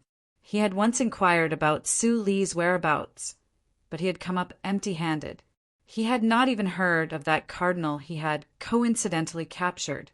The only person who could so perfectly conceal their whereabouts and information could only be that assassin leader. Of course, there was also the possibility that the church was deliberately sealing off information. He decided to go to the Holy City and see the situation of the church. Most importantly, he was sure that Su Yorong would go to the Holy City, because the Pope was there. The Holy Emperor and the Pope were the most powerful people in the Sacred Light continent. No one could be sure who had the greatest authority. What was certain was that the Pope was the most powerful person in the Sacred Light continent. He was called the man closest to God. If one used the fastest carriage to travel from Greenbow County to the Holy City, it would take 1.5 months. It could be considered a very long journey. Many travelers were used to stopping at La Roselle Monastery to rest and replenish their food. Chen Changxing gazed at the mashed potatoes, hard black bread, and fried fish on his plate and began to miss home like never before. After casually eating dinner, he returned to his room and carefully washed his face and rinsed his mouth. At 10 o'clock, he promptly went to bed and began to sleep, waiting to wake up at 5. Strangely, perhaps because the moon outside the window was too pale, or because the final cries of the autumn cicadas were too mournful, he did not fall asleep. Gazing at the frosty moon in front of his bed, he decided to pick up Yurong and accompany her for a stroll. Then he would go back and not wait for Luo Luo and the others. He had made his decision, but he still could not calm down. He still could not sleep. Chun Changxing did not wave his hand and kill all the autumn cicadas around the monastery, nor did he summon a dark cloud to block the moon. Instead, he put on a set of clothes and took a stroll outside the courtyard. Unknowingly, he had walked into the deepest part of the monastery. It was a stone fortress, and without any light, it seemed particularly sinister. To someone at the concealed divinity realm, there was no such thing as unknowingly. He had long since sensed that something was wrong, but he had not wanted to pay attention to it. Besides the Pope and a few other existences, there was no one in this world that could threaten him. Traps and ambushes were even more meaningless. There was an array beneath the stone fortress, and the weeds were filled with invisible threads of magic. Even experts at the level of an archbishop or a sacred knight could not pass through it. Chun Changxing heard a cry for help. The cry for help came from the dungeon. Pushing aside the weeds, he could see a very small air vent. There were no lights in the dungeon, but he could clearly see the inside. The person locked in the dungeon wore a metal mask that had been welded shut and wore tattered clothes. When the pale moonlight fell on the metal mask, it seemed even more terrifying. Weeds grew in the cracks of the metal mask. It was unknown how many years this person had been locked up here. When the prisoner saw Chun Changsheng, he was ecstatic to the extreme, even going a little crazy. He constantly used his metal head to bang against the wall. Chun Changsheng calmly looked at him, waiting for him to calm down. "Teacher, save me." The man in the metal mask leaned against the air vent and pleaded with a trembling voice. Chun Changsheng asked, "Who are you?" The man in the metal mask said, "I am Augustus." Chun Changsheng asked, "You were waiting for me?" It was obvious that someone had done something to the monastery to purposely lead Chun Changsheng here, to be able to silently influence Chun Changsheng's judgment. It must be said that the person was at an unfathomable level. Chun Changsheng also smelled something familiar from this arrangement, so he was in a good mood and was willing to listen to what the man was going to say. A prophet who called himself a traveler once told me that as long as I waited patiently and sincerely prayed, you would come and take me as your student and save me. The man in the metal mask was obviously not lying. A traveler? Only that person would do such a thing out of boredom. How did you know that person was me?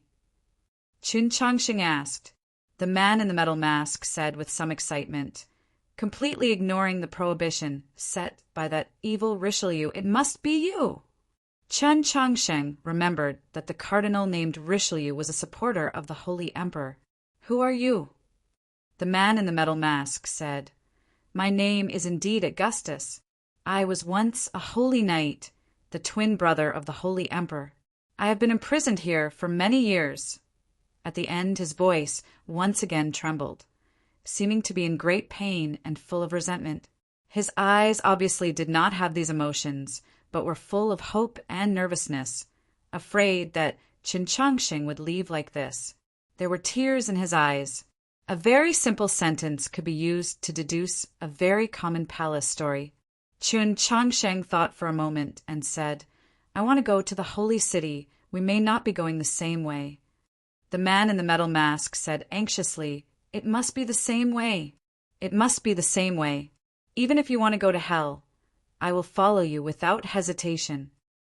Chun Changsheng said, "What if the place I want to go to is the kingdom of God?" End of text. Chapter 142. In the next moment, Chun Changsheng wondered if he had seen wrongly. That wolf tribe youth clearly hadn't turned his head. He was walking alone at the front of the crowd, without turning his head. How could he have seen Luo Luo? No one noticed the change in his emotions. Even Tang 36 and Xian Yuan Pa, who were beside him, did so. Everyone's attention was focused on this perfect world. Only Luo Luo noticed his abnormality and quietly asked him a few questions. "I keep having this feeling that something's wrong today in the duels to come. You need to be careful." Chun Changsheng didn't mention the scene he had previously seen, nor did he hide his unease. He said, "If there's any danger, leave immediately or listen to my arrangements." Luo Luo wanted to participate in the grand examination without counting her results. Gohan Shi and the others had already faintly guessed at her goal. It was Chun Changsheng himself who hadn't thought of it. Hearing Chun Changsheng's cautious reminder, Luo Luo obviously wouldn't object. She said, "I'll listen to my master's arrangements." The examinees followed the Li Palace clergyman into the distance, passing through a forest and arriving in front of a circular building. This circular building occupied an area of several hundred meters. With a height of over 10 meters, it was extremely grand. The building was constructed from stone. The doors and windows on the stone steps were tightly shut. The interior of the building couldn't be seen. Only the black eaves on top could be seen. A cloud suddenly floated over from the azure skies. That cloud arrived upon the circular building and started drizzling. The rain pattered down. It wasn't particularly heavy, but in a short amount of time it washed away all the dust that had accumulated on the eaves. The black eaves became even clearer, as if they were made from jade, shining with brilliance. The Tower of Purging Dust is the venue for this year's grand examination. The Lee Palace clergyman turned around and said to the examinees, then began explaining the rules of the duels. Similar to passing through a sea of trees and crossing a green river, the final and most important segment of the grand examination, the rules were relatively simple and clear, very easy to understand. After passing through the martial trial, a total of 113 examinees qualified to participate in the duels. The first 15 examinees to pass through the River Chu would have a bye in the first round. The remaining 98 examinees would battle in pairs. The winner and the first 15 examinees would enter the next round, after which they would once again battle in pairs until the end. Note, as for how to determine the victor, that was even simpler. The two candidates would battle it out, and whoever was still standing would be the victor. The loser would naturally be eliminated, so when it came to the dueling phase, every round was very important. There was no way to salvage the situation. However, because the majority of examinees aimed to enter the 3 grades and obtain the right to enter the mausoleum of books, the first round was the most important. As long as one could pass the first round, the chances of entering the 3 grades would be more than half. As for how to choose which examinee to fight against, it was extremely simple, to the point that it gave people the feeling that, as the organizers of the grand examination, the Zhou dynasty and the orthodoxy were rather irresponsible, because according to the rules, they had actually given the right to choose to the examinees themselves, apart from the first 15 examinees who had a bye in the first round. The first 49 examinees were allowed to choose their opponents from the last 49 examinees, and the examinees who were chosen were not allowed to refuse. Otherwise, they would be deemed to have forfeited the examination, and their opponents would automatically advance to the next round. The examinees that have yet to be eliminated naturally weren't idiots. After hearing the Lee Palace clergyman's introduction of the rules, they completely understood the meaning behind it. Sounds of discussion arose from within the crowd, but before the examinees could express any objections or raise any questions, the clear sound of a bell resounded from within the tower. The dueling phase of the grand examination had officially begun. The sound of the bell signaled the 16th examinee within the crowd, immediately became the focus of everyone's gazes. It was a student from Star Caesar Academy. He was tall, his expression solemn, his aura restrained, giving off a feeling of being low-key, but not cowardly, very much like that of a soldier. If it was any other examinee, perhaps they wouldn't be able to adapt to the situation, or at least feel that it was a little sudden. But a soldier was most particular about strict obedience, following orders to the bell. Thus, the young examinee unhesitatingly walked out from the crowd and looked towards the examinees in the second half. His gaze slowly and calmly moved between the examinees. Facing his gaze, the examinees in the second half who were waiting to be chosen all had different expressions and reactions. Some had calm expressions, as if they didn't notice anything. Some purposely sneered coldly, thinking that it was a provocation. Some examinees lowered their heads or slightly turned around, avoiding eye contact with him. Some examinees forced a smile. It was a little sad to watch. No one could have imagined that the opponent that this young examinee from Star Caesar Academy would choose was the disciple of the precipice of Violet Chi, who had doubted the examinee on the other side of the River Chu. The examinees couldn't suppress their complex emotions and began to discuss. It must be known that the precipice of Violet Chi was a branch of the longevity sect. This person definitely wasn't the weakest amongst the examinees present. Yet he was chosen first. Why was this so? The disciple of the precipice of Violet Chi was startled. Only then did he realize that he had been chosen. He calmly walked out from the crowd. not feeling any sense of humiliation. Logically, the first to be chosen would naturally be the weakest, but he believed that the strength of his divine sense and the amount of true essence were just cold numbers or levels. There are more things that were tested in a duel. He was confident that he could defeat his opponent. The truth was as such. Apart from the first 15 examinees who had a bye in the first round, whose cultivation levels were slightly higher than the others, the remaining examinees' cultivation levels were relatively close. It was definitely not to say that the examinees at the front would definitely be able to defeat the examinees at the back. The examinees for the first round had already been decided. The Lipalis clergyman didn't give either side any time to rest and prepare, leading the two towards the tower of purging dust, only to see a wooden door at the bottom of the circular building slowly opening. Behind the door was still a vast expanse of darkness, like an abyss, causing one's heart to palpitate. The clergyman indicated for the two to enter, then immediately closed the door. Looking at the tightly shut wooden door, the examinees were very surprised. Could it be that this year's grand examination didn't allow spectators? The Lee Palace clergyman looked at the crowd and expressionlessly said, "Due to a few special circumstances, this year's duels will be held behind closed doors." Hearing these words, the examinees started discussing amongst themselves. Some of them directly looked towards the group from Orthodox Academy, especially Qin Changsheng. They were probably suspecting that this arrangement by the Education Board had something to do with him. If it was a closed-door duel, they wouldn't be able to know the details of the duels, not mentioning any tricks. At least if Chen Changsheng were to lose, the Education Board's reputation would look a little better. Chen Changsheng obviously knew that it had nothing to do with him. He looked at the lone wolf tribe youth standing far away, silently thinking the closed-door duel might have been his request. The wooden door to the tower of purging dust was tightly shut. A remnant of rain fell from the edge of the black eaves. Drip, drip, drip. Without being able to see what was happening within the tower, they didn't know how the first round was progressing.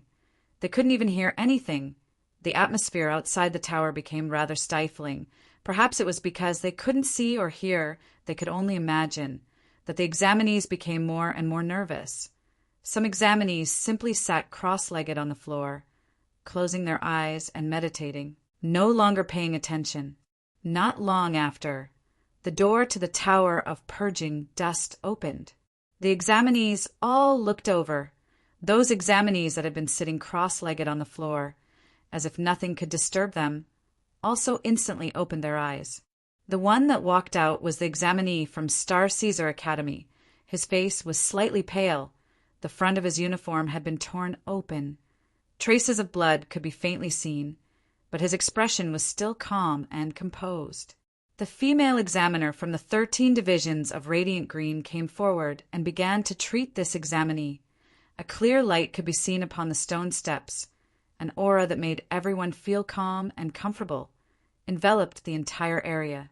If it was under normal circumstances, to be able to see this female teacher's exquisite, holy light of healing would definitely cause the examinees to gasp in admiration. But at this moment, their minds were all focused on the result of the duel. That disciple from the precipice, a Violet Qi, still hadn't come out. Qi Jian walked up to the Li Palace clergyman and asked, "May I ask, teacher, where is our junior brother?" The cliffs of the longevity sect all spoke in unison. Belonging to the same sect, Qi Jian, as a disciple of Li Shan's sword sect, asking about the situation of a disciple of the precipice of Violet Qi, was seen by many as a matter of course. Only Qin Changsheng, upon seeing the scene, felt a little puzzled. He didn't understand why the rather young Qi Jian, who was clearly unskilled in mundane matters, had come forward and not Go Hansher. His seniors hadn't said anything. Why had Li Shan's junior brother been the first to speak? Qin Changxing noticed that Go Hansher's expression was as calm as usual. Guan Feibai and Liang Ban, who also didn't have any reaction, seemingly feeling that Qi Jian coming forward was normal. The Li Palace clergyman said, "The loser cannot remain here. The person you asked about has already been sent out of the Education Palace. He should currently be receiving treatment in the Hall of Illustrious Persons. There is no need to worry. Chi Jian turned around and gave Go Han sure a glance. Seeing that his senior didn't have any reaction, he retreated. The clergyman looked at the list in his hands, then looked towards the examinees and said, "Where is examinee number 17, Hu Guang?" Just as he finished speaking, a young scholar slowly walked out from the crowd. This scholar wore an ochre-colored robe. The space between his brows seemed to be covered by a layer of frost. His expression was indifferent and extremely arrogant. He had the right to be arrogant. Seeing this person appear, the expressions of the examinees in the latter half changed. They were even more nervous than when the student from Star Caesar Academy had chosen. This was because this young scholar came from Scholatry Manor. This scholar from Scholatry Manor was the one that had previously competed against Tang 36 in the Dallying Forest. The atmosphere of the field became even more tense. Very few examinees dared to look him in the eye. More of them were silently praying in their hearts that they wouldn't be chosen by him. According to the Lee Palace clergyman's arrangement, the examinees in the latter half all stood on the western side of the clown in front of the Tower of Purging Dust. This scholar from Scholatry Manor's gaze swept across the field, looking towards a certain direction. It was the woodlands, a dense green forest that could block out the sun. It was a bit far from the tower, therefore no examinees were standing there. Luo Luo didn't like to bask in the sun, even if it was the fake sun from His Holiness Greenleaf World. Therefore, Chen Chongsheng brought everyone to stand there. The group from Orthodox Academy all stood by the woodlands.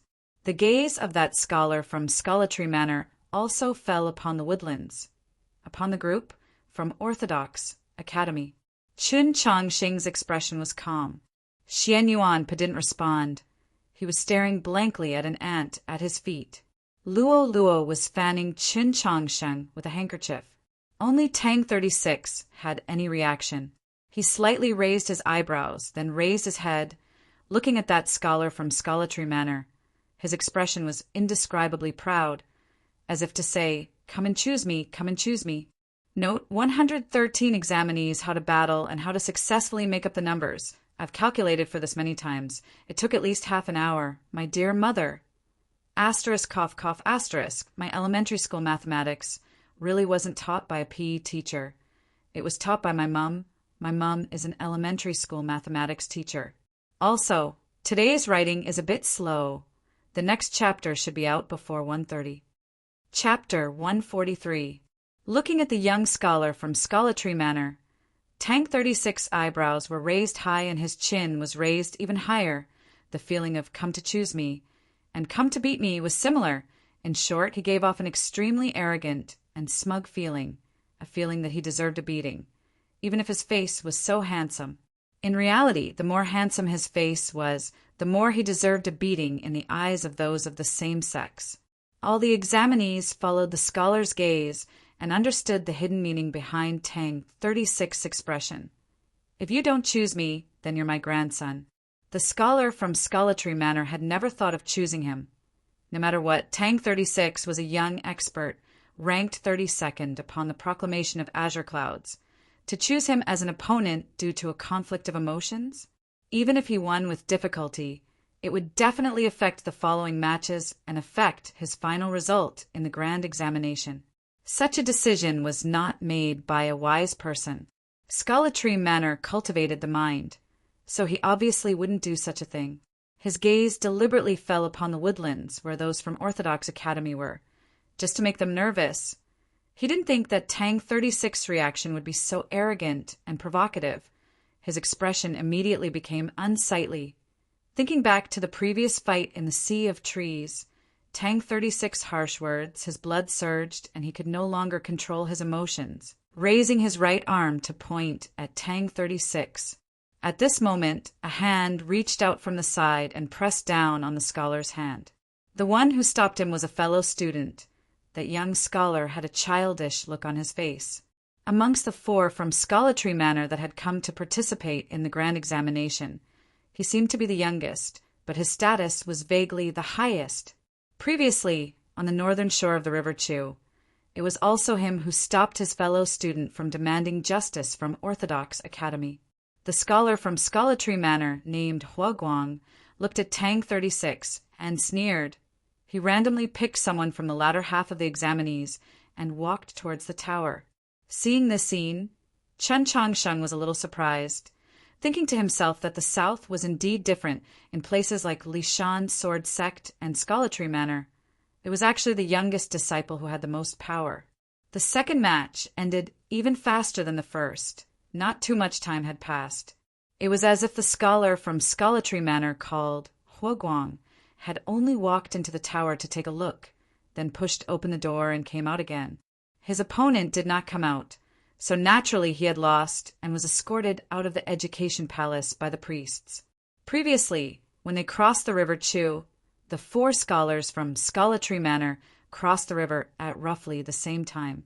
After Huaguang, the next ones to appear were naturally his 3 fellow students. Without any mishaps, each match ended faster than the last. They had obtained victory in the first round and entered the next round. Scholartree Manor, so it turns out they really are this strong. Su Mou sighed as he walked to the edge of the forest. Tang 36 looked at the 4 scholars from Scholartree Manor, and his expression gradually became serious. He didn't like these scholars from Scholartree Manor. In his opinion, the scholars from Scholartree Manor valued rules and wisdom too much. In reality, they liked to snitch and play tricks. However, he had to admit that these scholars from Scholartree Manor were really strong.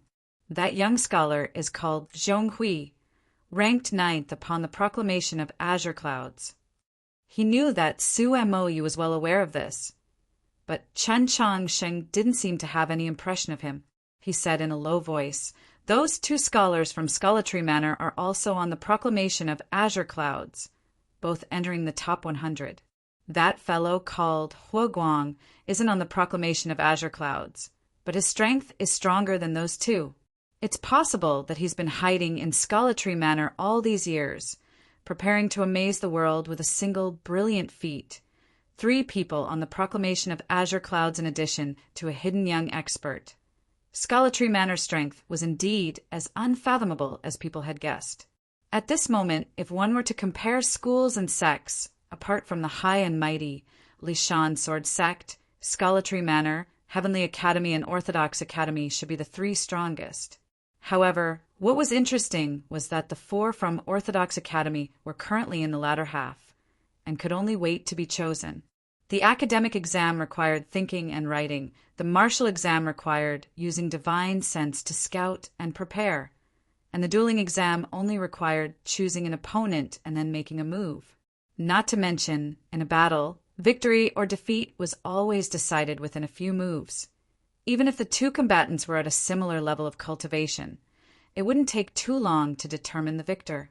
The wooden door of the tower opened and closed and opened. The oil within the door seemed to have decreased due to the frequency of its opening and closing, gradually emitting a squeaking sound. Amidst these sounds, the first round of matches quickly progressed, and very quickly, dozens of matches were concluded. Some of them were won by the examinees at the front, but the number of victories by examinees at the back was not small as well. The examinees at the front had the initiative to choose. They could do their best to choose an opponent that they felt was weak, but for the sake of the grand examination, the young cultivators of this continent had prepared for an entire year. Previous information or impressions were no longer accurate. It was difficult to determine who was strong and who was weak, and the outcome was naturally difficult to predict. A short while ago, the proclamation of Azure Clouds had been updated. Thus it became the most reliable source of information. Firstly, the proclamation was sufficiently authoritative. The judgment of the Council of Divine Ordinance was trustworthy. Secondly, the proclamation had just been updated. The strength of those on the proclamation shouldn't have changed too much. Situations like Suyu Rong and Luo Luo wouldn't often occur. Therefore, no examinees chose Su Mou as their opponent. He was rank 33 on the proclamation of Azure Clouds. Apart from the top 15 examinees and a few from Scholartree Manor, amongst the remaining examinees, his strength could easily be ranked in the top 5. As for Orthodox Academy, no one paid any attention to him. Only a madman would choose Luo Luo. As for Tang 36, even the scholar from Scholatry Manor didn't choose him. Who would be stupid enough to send him up? Even Xian Yuanpe was not chosen as an opponent, even though he was at the bottom of the proclamation of azure clouds. But he had still entered the proclamation of azure clouds. Furthermore, the cultivation of the demonic race was completely different from that of humans. Their talent was hard to predict. To be on the safe side, some of the examinees in the first half of the proclamation of azure clouds would rather choose an opponent ranked higher than him. What was interesting, or perhaps strange, was that even Chen Changsheng, who hadn't entered the proclamation, wasn't chosen by anyone. All of the examinees clearly knew that when the proclamation was updated, Chen Changsheng had yet to complete his purification.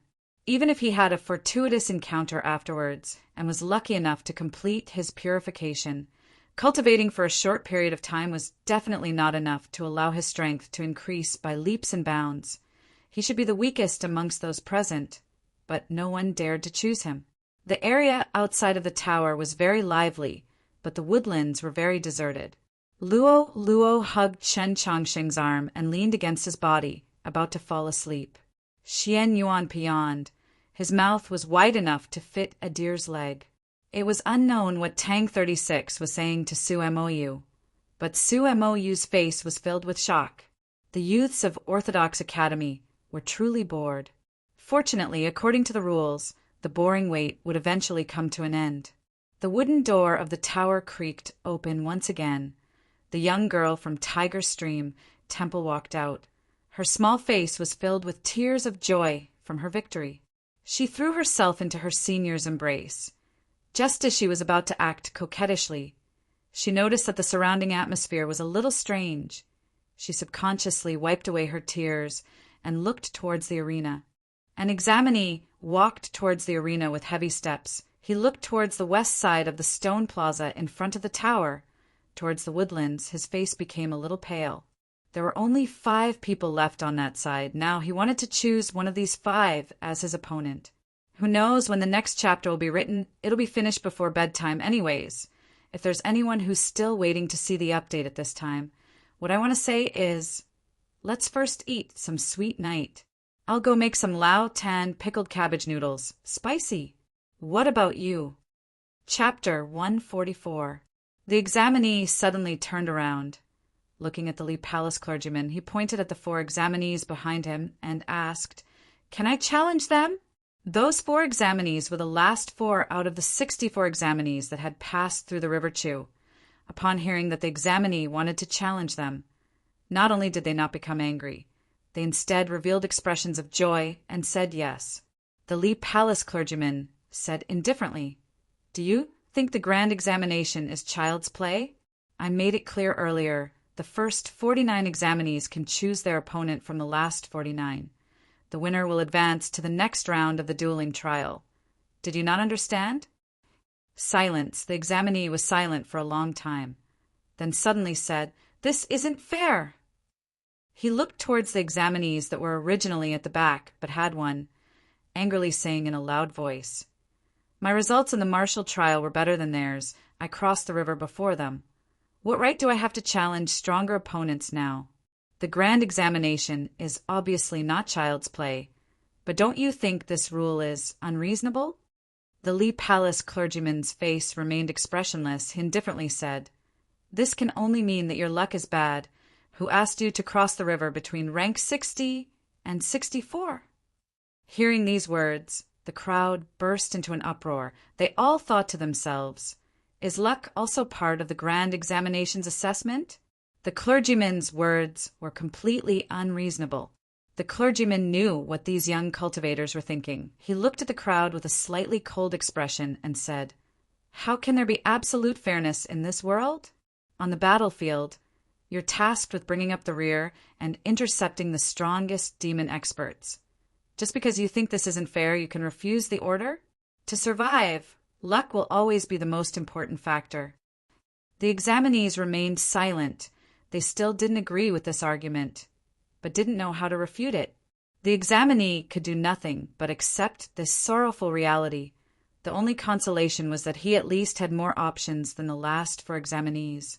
He turned around and looked towards the woodlands once again, his gaze moving back and forth between Chen Changsheng and the others, unable to decide who to choose.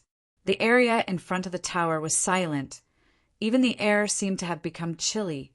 Dozens of examinees nervously waited for his final decision. In contrast, those fellows by the woodlands who were supposed to be the most nervous and could only passively wait to be chosen were rather calm and composed. For some reason, the Lee Palace clergyman didn't urge the examinee like he had before. Perhaps he and the other examiners were also curious about the examinee's choice. Finally, that examinee made up his mind. He pointed at Xian Yuan Pa and said, The silence in the field was broken, and a buzz of discussion broke out. If it was any other examinee, they wouldn't know who to choose as their opponent. Xian Yuan stared blankly for a moment before coming back to his senses. He said to Luo Luo, Teacher, I'm going now. On the side, Tang 36 raised his eyebrows and said, The word gone is inauspicious. Change it. Xian Yuan Pa ignored him, bowed to Qin Changsheng and said, I'm leaving. Logically speaking, he should call Qin Changsheng Grandmaster, but although he admired and even respected Qin Changsheng, he still couldn't call Qin Changsheng by that title. After being ignored, Tang 36 wasn't angry. He reached his hand up high and patted the Yao boy's broad shoulder. He said in a low voice, Do you still remember what we talked about last night? Xian Yuan grunted and said, Don't give your opponent any chance to think. Use the fastest speed to close the distance between you and him, and then directly knock him down. Having said that, he suddenly noticed that Tang 36's expression was a bit off. He then noticed that Luo Luo and Chen Changsheng's expressions had also changed. Even Su Mou had his mouth agape, appearing extremely shocked. What's wrong? He blankly scratched the back of his head and asked, Did I say something wrong? Tang 36 sighed, patting his shoulder again, and said, You didn't, it's just that your voice was a bit too loud. It was at this moment that Xian Yuan noticed that the area before the tower was completely silent. Everyone was looking at him. The expressions on their faces were very interesting. His voice was loud and clear. His reply to Tang 36's question was very natural. He didn't even think to control his volume. Thus, he told everyone of the battle strategy that Orthodox Academy had prepared for him, including his opponent. But then, would this battle strategy still be effective? Qin Changsheng shook his head. He placed the 2 crystals into Xian Yuan Po's pocket and brought the water skin to his mouth, letting him drink a few mouthfuls. Tang 36 moved closer to Xian Yuan Po's side and said something in a low voice. The Lee Palace clergyman looked at the group from Orthodox Academy. He wanted to laugh, but didn't, saying, Hurry up! Xian Yuan Pa, who had been urged, was a bit nervous. He almost choked on the water. Qin Changsheng quickly patted his back. Tang 36 even sped up his speech, reminding him to pay attention to matters during the match. The arena was a mess. Su Mou, seeing the scene, couldn't help but shake his head and say, Previously, all of you only cared about being bored and spaced out. Isn't it a bit too late to be anxious now? You don't understand. If I say it too early, I'm afraid he'll forget. Not to mention, we don't even know who's going to fight him. How can we teach him? Tang 36 said without turning his head. Luo Luo walked to Xian Yuan Po's side and said, Since we're already going to win, what's there to be nervous about? Xian Yuan stuttered a bit, saying, No other way. Qin Changsheng stared into his eyes and said, Remember 36's words, we'll definitely win. Xian Yuan forcefully nodded his head. At this point, Tang 36 had finally finished his impromptu pre-match guidance. He punched his chest and said, Start well. Xian Yuan stood upon the ground that was covered in yellow sand. He raised his head to look at the black eaves that formed a circle and the dark blue sky that had been cut into a circular shape. He suddenly thought of the porcelain plates used to hold vegetables in the 100 herb garden. A creaking sound could be heard from behind him, The main door of the tower once again closed. He came back to his senses. Only then did he realize that he had been distracted. He didn't panic because of this. Instead, he remembered what Tang 36 had said a few nights ago, thinking to himself that this should be considered as him not being nervous anymore, right? He looked towards the opposite side, clasping his hands in greeting towards his opponent. At this moment, on the floor of the tower, there were only him and that examinee. No examiners could be seen, nor could any sounds from outside the tower be heard. It seemed as if there was some sort of sound-isolating formation in effect. At this moment, an emotionless voice came from above. "If you're ready, then we'll begin." Xian Yuanpa looked up. He didn't see anyone, nor did he see any windows. He couldn't help but be curious as to where the examiners were hiding.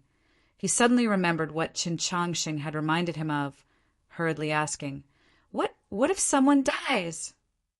The tower was silent. The examiner that was hiding somewhere was silent for a long time.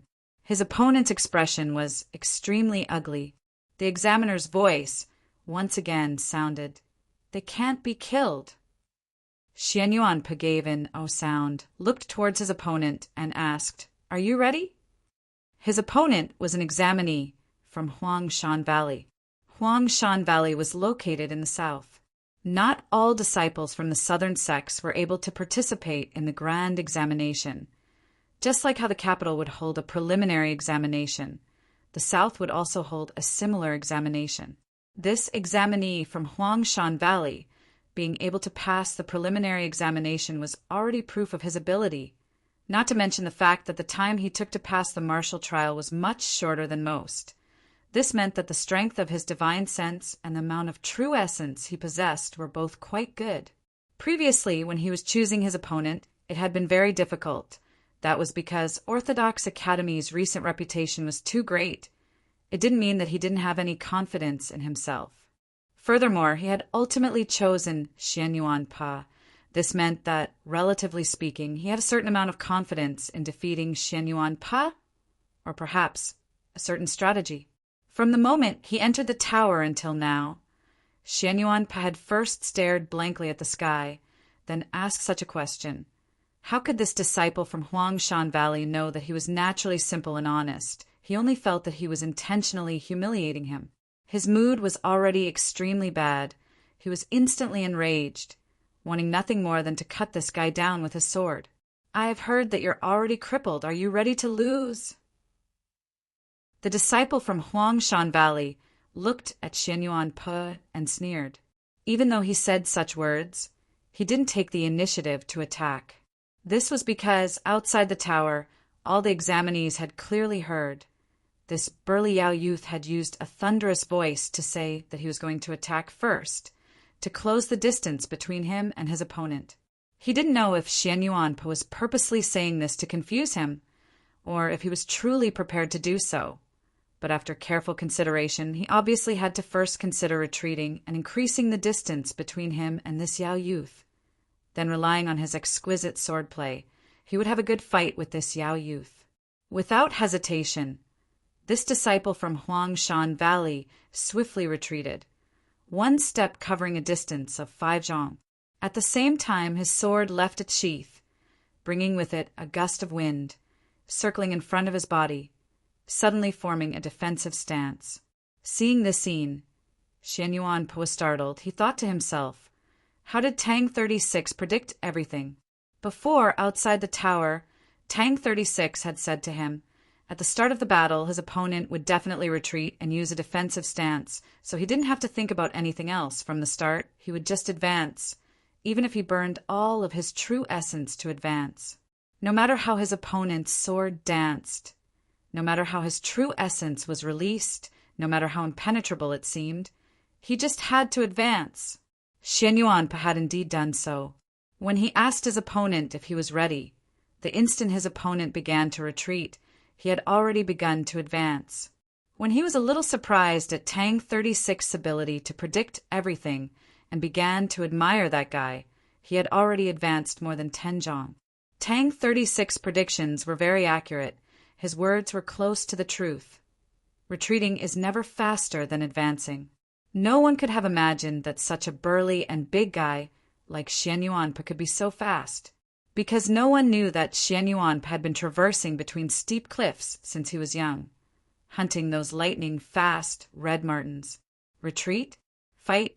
Xian Yuanpa, who was taught by Tang 36, would not give his opponent this kind of chance. The Yellow Mountain Valley disciple retreated 5 zhang, but he had already advanced more than 10 zhang and arrived in front of the Yellow Mountain Valley disciple.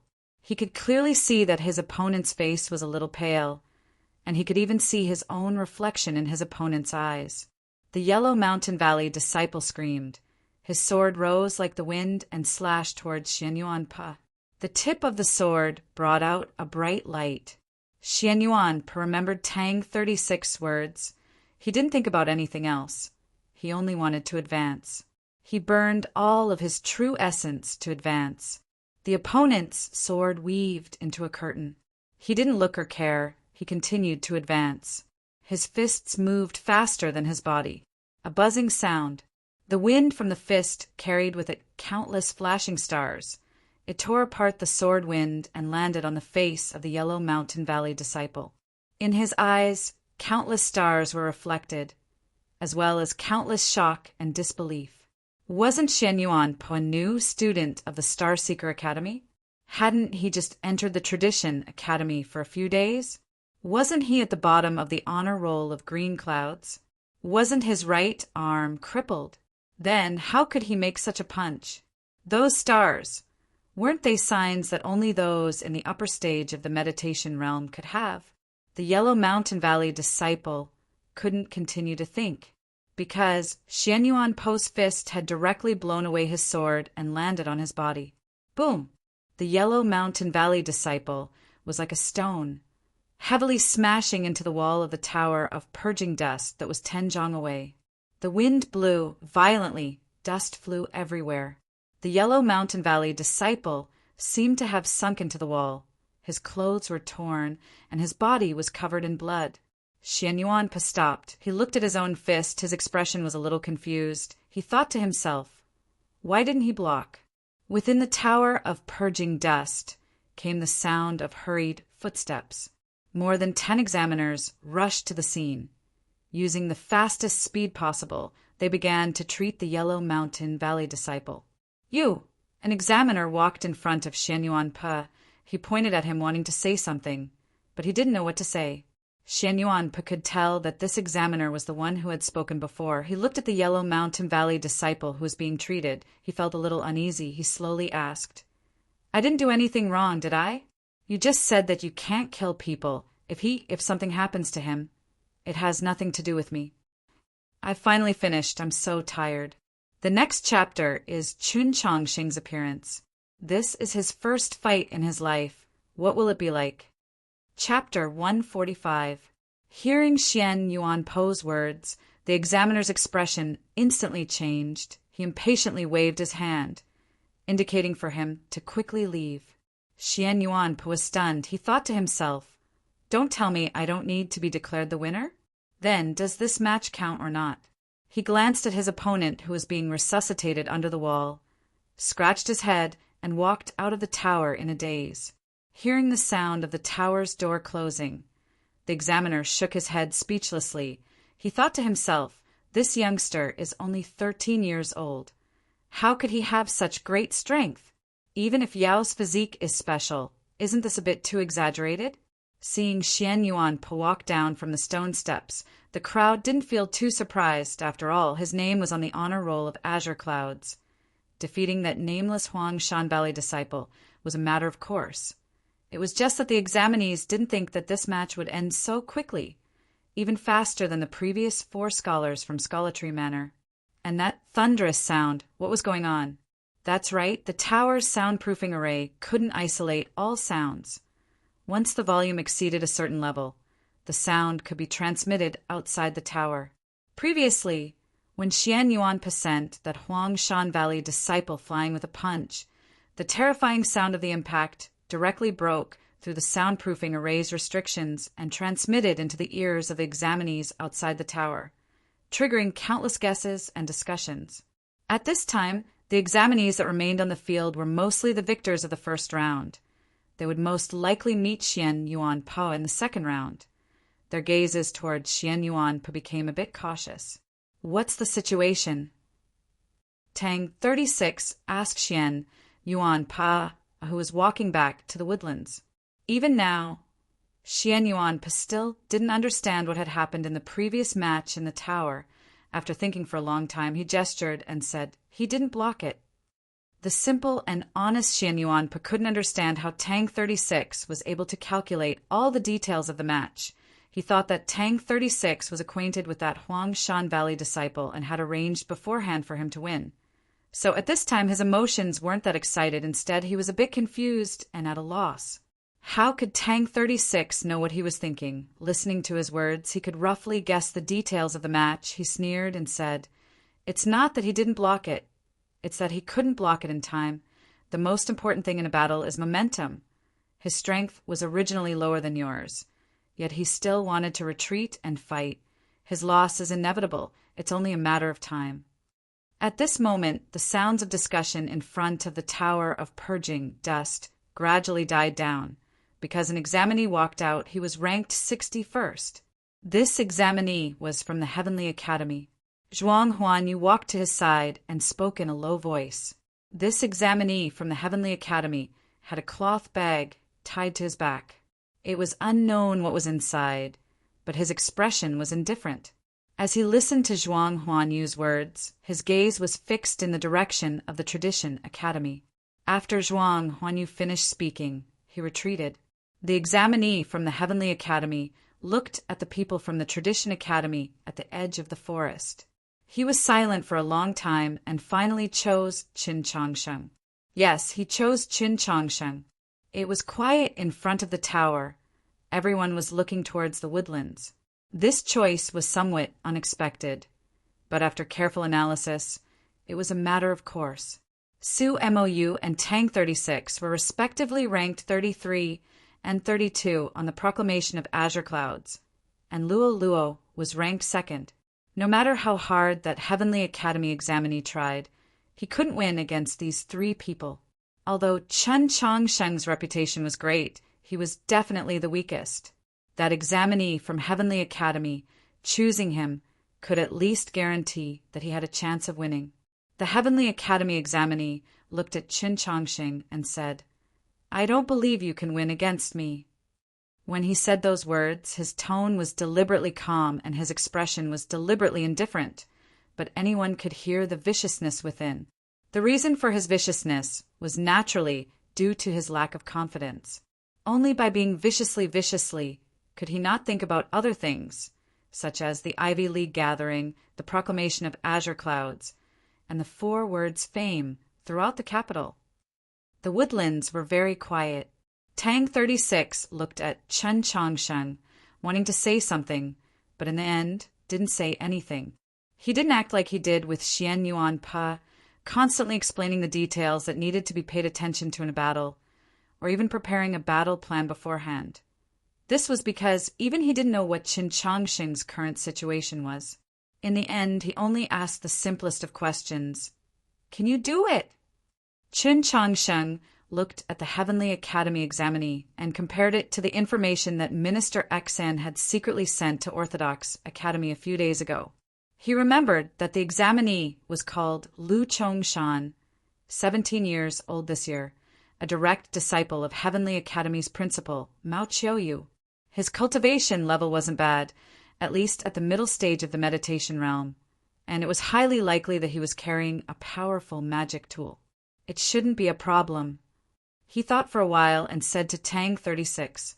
Hearing this, Tang 36's expression immediately relaxed, no longer worrying. He knew that Chen Changsheng was a cautious and calm person. If he said it wouldn't be a problem, then it definitely wouldn't be a problem. "Master, use the 1,000-mile button," Luo Luo said in a low voice. She was a little worried. Even if she usually had confidence in Qin Changsheng, or even blindly believed in him, this battle was far too important for Qin Changsheng. With his results in the academic exam, as long as he could defeat this Heavenly Academy examinee, he would have a high chance of entering the top 3 of the Great Trial, gaining the right to enter the mausoleum of books. Tang 36 heard her words and thought to himself, "What kind of person is this?" The 1,000-mile button could be considered a legendary level magic tool. Even against a powerhouse at the upper stage of star fusion, it could save his life. Its preciousness could be imagined. No matter how much a Xiao practitioner wanted it, it was hard to obtain. Luo actually wanted Qin Changsheng to use it in a normal battle. Wasn't this too much of a waste? Qin Changsheng looked at Luo and said, "It's fine, I can do it." After saying that, he walked towards the tower, under the guidance of a Li Palace clergyman. He entered through the door with the Heavenly Academy examinee. Looking at the door that was once again tightly shut, the examinees in front of the tower were silent. Their expressions were complex. It was unknown what they were thinking. Within the tower, the round eaves were like the mouth of a well. The blue sky seemed distant. Chun Changsheng and the Heavenly Academy student named Lu Chongshan were also separated by a great distance. They stood on opposite ends of the tower, staring at each other from a distance. "I admit that I'm not as knowledgeable as you, but in a battle, true strength is what matters. I really want to know, have you completed your purification?" Lu Chongshan looked at him and said with an indifferent expression. His seemingly flat voice, in reality, hid a hint of mockery, similar to the fierceness hidden within his words earlier. This was also a way for him to increase his confidence. Qin Changsheng wasn't like Xian Yuan Pa, staring at the blue sky in a daze, nor did he look towards the second floor in search of the examiners. From the moment he entered the tower, he had been quietly watching his opponent, focused and calm, slowly releasing his divine sense. True essence flowed through his meridians, unable to flow through them, but able to warm his chest. He replied, "I've succeeded." In today's grand examination, a lot of people had either faintly guessed or noticed that he had completed his purification. Furthermore, purification was only the beginning of cultivation. It couldn't be used as a secret weapon. Therefore, there was nothing to hide. Lu Chongshan said, "Is that so? I remember very clearly during the Ivy League gathering, you still weren't able to cultivate. Even if you've completed your purification, it should have only been a few days, right?" Chun Changsheng thought about it and said, "Yes, it really hasn't been long. It's only been a few days since you've completed your purification. You definitely don't even know how to meditate. I really want to know, how can you defeat me in this state? Your strength isn't enough, so what if you're famous?" Lu Chongshan looked at him and said with a hint of mockery. His right hand reached behind him and untied the cloth bag. From within, he took out an umbrella and opened it in front of him. That umbrella looked like a normal oil paper umbrella. Upon being opened, the surface of the umbrella instantly emitted an innumerable luster, looking like a precious topaz. Within it, an extremely strong aura could be faintly felt circulating. It was obviously not a normal tool. Due to Lu Chongshan's young age, his cultivation wasn't high enough to display the umbrella's full power, but when placed within the environment of the grand examination, there were very few examinees that could rely on their own strength to break through it. This umbrella was originally his trump card. He didn't think that he would encounter Qin Changsheng in the first round. For the sake of safety, he didn't hesitate to use it. Qin Changsheng gave the umbrella a glance, then no longer paid it any attention, returning his attention back to his own body. A small amount of true essence flowed through his broken meridians. A strong divine sense spurred on his mind, causing him to become more and more excited, yet strangely calm. At the same time, an indescribable power was born from the deepest parts of his body, his bones and organs, spreading to every part of his body, bringing with it a feeling of strength. This feeling was very mysterious, hard to describe. It wasn't a feeling of strength due to the strength. It was as if even an insignificant strand of that strength would give one an incomparably strong confidence, more like an instinct. He wasn't unfamiliar with this feeling. That day in the underground space, he had fainted after forcefully meditating. Upon awakening, he found that within his body there was an additional power and aura, as well as a feeling of strength and confidence. Because he had never seen that senior black dragon again, he still didn't know what had happened that day, but he knew that his body had undergone an unimaginable change. His speed and strength had received a terrifying increase. Even the most perfect of purification would only be able to do so. Most importantly, no one knew of this change. "Come." Lu Chongshan looked at him and said with an indifferent expression. That oil paper umbrella in front of him exuded a strong aura. His arrival was Chun Chongsheng's departure. Chun Chongsheng thought about how he should go, how he could go faster. Then he remembered that day when he had jumped onto the snowy ground, leaping towards the lakeside. He raised his right foot, stepping towards the ground. A sound could be heard. That sound was hard to describe. It was as if an anvil that had been heated red by a furnace had suddenly been doused with a basin of water. SSSS. Chin Chongsheng's foot stepped onto the ground. The sturdy leather boot instantly ruptured. The yellow sand beneath the boot, as if it was fleeing for its life, scattered in all directions, revealing the actual bare stone floor underneath. Numerous cracks, with his right foot as the center, spread out towards the tower's surroundings. All of this happened in a time that didn't even have the time to blink. There were many Li Palace clergymen in charge of the dueling phase. Amongst these clergymen, some were in charge of the process, some were in charge of invigilation, some were in charge of treating injured examinees, some were in charge of miscellaneous tasks.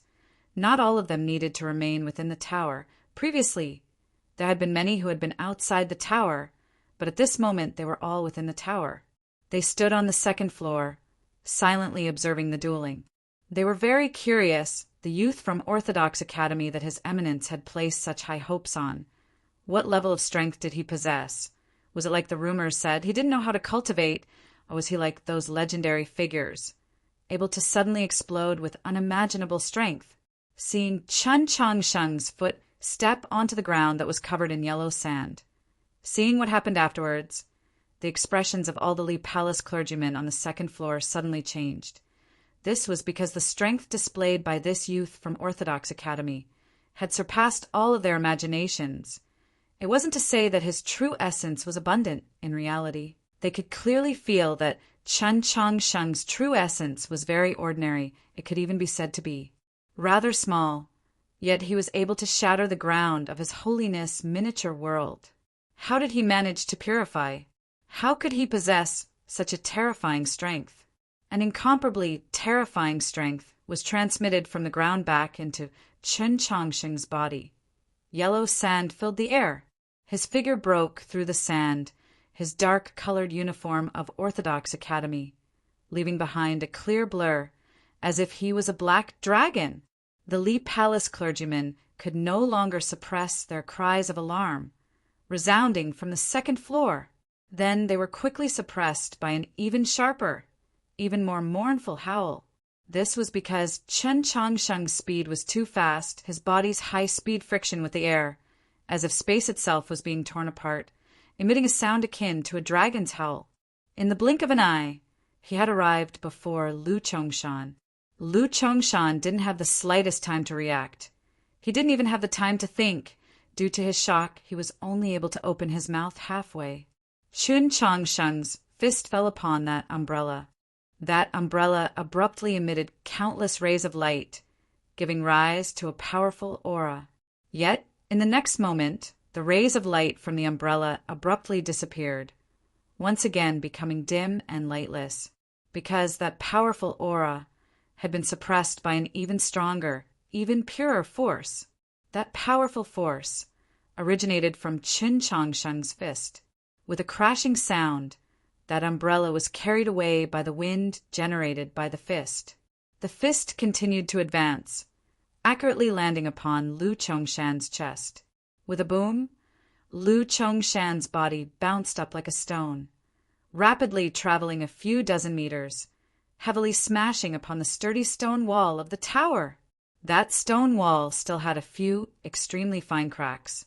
Previously, when Xianyuan Pa had sent that disciple of Huangshan Valley flying with a single punch, that person had smashed upon this wall. Now, Lu Chongshan had once again smashed upon the same spot. Similarly, it was only a single punch. Lu Chongshan spat out blood and fainted. At the start of the match, he had contemptuously said 2 words to Qin Changsheng. Come. Thus, Qin Changsheng came. Then he collapsed. From start to finish, he had only said those 2 words. He didn't even have the time to make a single move. The tower was deathly silent. Qin Changsheng retracted his fist, straightened his body, then looked towards the 2nd floor. Those clergymen that had been shocked to the point of being absent-minded. Upon meeting his gaze, they regained their senses and hurriedly rushed downstairs to save the injured. The Li Palace clergyman that was in charge of the dueling segment walked up to Qin Changsheng, wanting to say something, but in the end didn't say anything.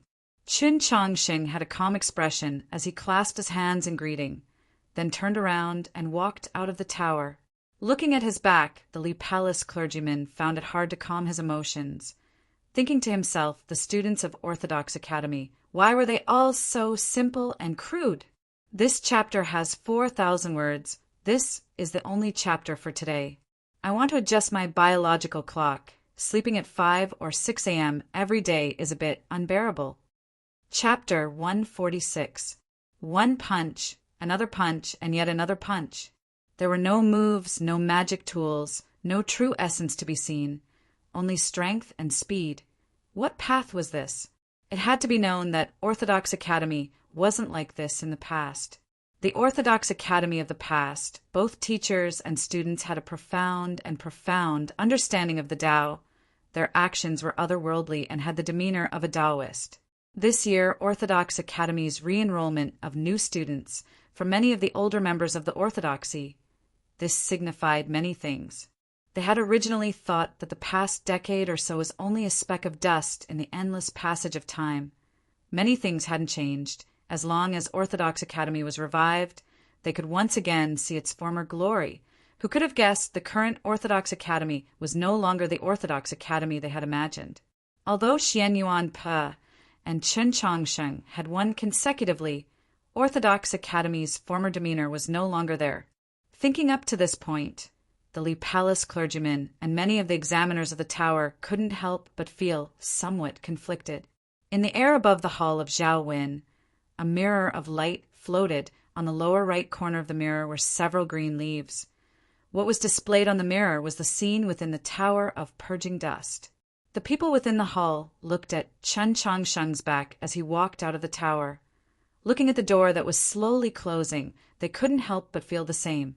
Prince Chen Lu and MOU, His Eminence, Archbishop Mei Li Sha, the headmasters and bishops of the capital's Ivy League schools, Xue Xingchuan and Su Shiji, who had come representing the military, His Excellency Zhou Tong, who was sitting alone in a corner, and a few representatives from the southern sections. At this moment, there were many important figures within the hall of Zhao Wen. They were currently looking at Heavenly Academy's principal, Mao Qiuyu.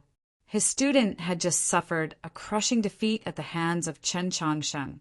Some of them even recognized that oil paper umbrella. It was the magic tool that Mao Qiuyu had used to traverse the continent in his youth, thinking to themselves that his current mood must be terrible. Yet, contrary to what they imagined, Mao Qiuyu's face didn't have any signs of anger.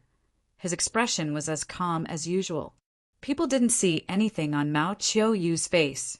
They subconsciously turned their heads to look at His Eminence, the Archbishop, only to find that this elderly eminence still had his eyes closed, as if he was in a deep sleep. This was obviously a display of extreme confidence towards Qin Changsheng and the Tradition Academy. Previously, some people thought that this confidence would be a joke, but who would have thought that Qin Changsheng would actually obtain such a clean victory in the first match? They couldn't help but worry whether or not they would become a joke. Whether it was the examiners within the tower or the VIPs within the hall of Zhao when who were watching the match through a mirror, they were all stunned by Qin Changsheng's performance.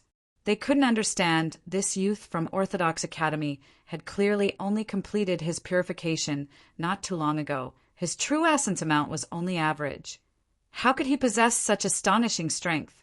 His power has nothing to do with the amount of Zhen Yuan. It should be because his purification is quite perfect, or he had some kind of adventure these days.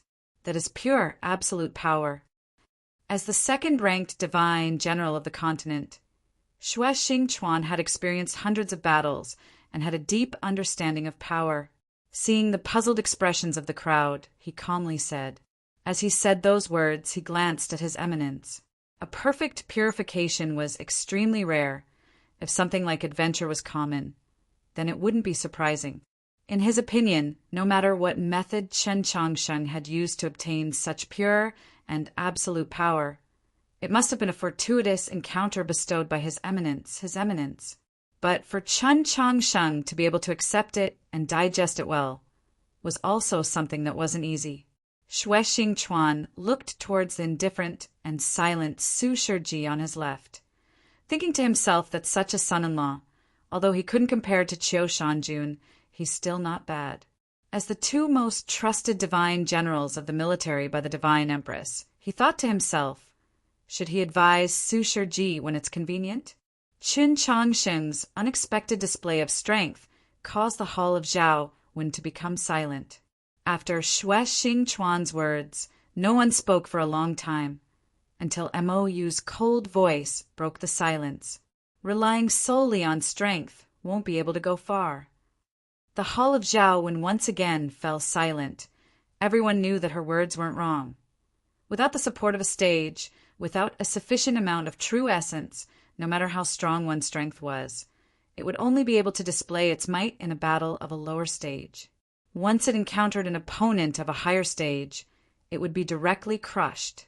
If Chen Changsheng didn't have any other methods, then he definitely wouldn't be able to make it to the end in this duel. It was even highly likely that he would lose in the next round. That mournful howl spread out from the tower. The examinee's expressions suddenly changed, not knowing what had happened within the tower. Go Han Shi and Tian Haixing Xue's expressions became grave. It was obvious that these two young experts that had already achieved ethereal opening had a much clearer perception. It didn't take long for the doors of the tower to open once again, and Chen Changsheng walked out. His right foot was bare. It was unknown where his boot had gone, making him look a little ragged. But apart from that, no traces of an intense battle could be seen on his body. It was as if he had only entered the tower for a stroll. Outside of the tower was a scene of silence. Not a single examinee spoke. Their emotions were complex. Their gazes followed him as he walked down the stone steps, all the way to the woodlands. Not bad. Tang 36 extended his hand and patted him on the shoulder, praising him. Xian Yuan looked at him without saying a word. His eyes filled with admiration. Su Mou thought to himself, though that student from Heavenly Academy had an average stage and wasn't considered strong, if he had been the one fighting him, he would have been able to easily win, but it would have been difficult for him to be as fast as Qin Changsheng. It seems that the speculations of his fellow students prior to the grand examination were correct. He had indeed been hiding his strength. Luo happily laughed. Her laughter was as clear and melodious as a silver bell. The young girl wanted to help Qin Changsheng wipe away his sweat, but discovered that he wasn't sweating at all. This made her feel even more proud, thinking to herself that her teacher was indeed not a normal person, just as she had thought a few months ago. She really wanted to know how Chen Changsheng had defeated his opponent, so she asked. Qin Changsheng gave a simple recount of what had happened earlier, without explaining too much. Xian Yuan placed the two top-quality crystals in front of Qin Changsheng. Qin Changsheng shook his head, indicating that he didn't need it. He hadn't used any true essence in the previous match. He didn't need to replenish it. The examinee's gazes remained on Qin Changsheng. Not long ago, Chen Changsheng had been a beginner at cultivation who couldn't even complete his purification. Yet today, he had easily defeated the personal disciple of Heavenly Academy's principal. Logically, they should have been more surprised, but from the Ivy League gathering to the update of the proclamation of Azure Clouds, to the Archbishop's announcement on Chen Changsheng's behalf, Qin Changsheng had already been pushed to a very high position. Though they didn't have any evidence, they felt that he definitely had some sort of hidden strength. They had some sort of mental preparation or anticipation. Therefore, they were indeed very surprised, but not to the extent of losing themselves. What they were more concerned about was his true level of strength, as well as what method he had used to defeat that Heavenly Academy student in such a short period of time. It should be known that a young cultivator with keen eyes like Gohan Shur had already seen that the umbrella was a very powerful magic tool. At this point, Qin Changsheng was very thankful that the first round of the dueling today was a closed-door examination. The loser would be directly sent out of the education palace, unable to report the details of the match to their fellow students. The methods used by the victor would remain unknown. This was extremely beneficial for him in keeping his secrets and methods. The grand examination continued. Examinee number 62 had no choice but to choose Su Mou. The next examinee chose Tang 36. These two matches proceeded without any surprises. Nothing unexpected occurred. Su Mou and Tang 36 were the final victors. The examinees outside the building could only faintly hear the second defeated examinee angrily shouting that it was unfair. They had clearly performed well in the martial trial, placing in the first half, but they had encountered young geniuses like Su Mou and Tang 36. It was indeed hard to say that it was fair. It could only be said that these two examinees had bad luck to a certain extent. The first round of the dueling had finally reached its final moment. The last examinee looked at the Li Palace clergyman in charge of the examination and said, "Your Highness's ranking will not be included in the final score. How will this be counted?" This examinee had a dejected expression, causing others to feel pity for him. The clergyman said expressionlessly, "That is not something you need to consider." The examinee had no choice. He turned towards Luo, bowed, and said, "Please enlighten me, Your Highness." Applause erupted from the crowd. At this moment, facing an opponent like Luo, this examinee didn't immediately give up, didn't admit defeat. This was indeed worthy of applause. Regrettably, whether it was worthy of sympathy or applause, it had no way of influencing the outcome. A loud explosion resounded within the tower, as if a mountain had collapsed. In the next moment, Luo walked out from the tower. She walked in front of Qin Changsheng. Her small face was filled with happiness, saying, "Sir, I also only used one punch." She wasn't feeling proud. Second on the proclamation of azure clouds, amongst the younger generation of cultivators, she was already at the peak. Defeating a normal examinee wasn't something to be proud of. She was happy because she had used the same method as Qin Changsheng to end this match. Xian Yuan Pa, Qin Changsheng, and Luo had each only used one punch, ending their respective duels. The examinees outside the tower heard three sounds: thunder, a dragon's roar, and a falling mountain. Tang 36 didn't use his fist. He had directly used the most powerful form of the three forms of Wen Shui. At that time, the examinees outside the tower had heard the sound of swords coming from within. They had thought that the river had overflowed its banks. Is there a need for this? Guan Fei looked at the three youths and the young girl by the woodlands, raising his eyebrows and saying, if he and the other three fellow disciples from Li Shan's sword sect had needed to enter the arena to compete, they would have naturally been able to end their duels as quickly as the group from Orthodox Academy, or even faster, creating a bigger commotion. But it was as he had said, was there a need to create such a commotion for a normal duel? Regardless of how one felt about it, or what one's thoughts were, the four from Orthodox Academy had all passed the first round of the dueling phase. Now, the 64 examinees that had entered the second round had all been selected. Some examinees were very confident in their results in the academic phase. After considering it all, they should be able to enter the top 43. Their goal of entering the 3 grades of the grand examination had been accomplished. They naturally relaxed, a happy smile appearing on their faces. Some examinees thought that their results in the academic phase were average. They became even more silent and nervous, even a little anxious. If they wanted to enter the 3 grades of the grand examination, they needed to obtain a better result in the dueling phase. They needed to at least win one more round before they had any hope.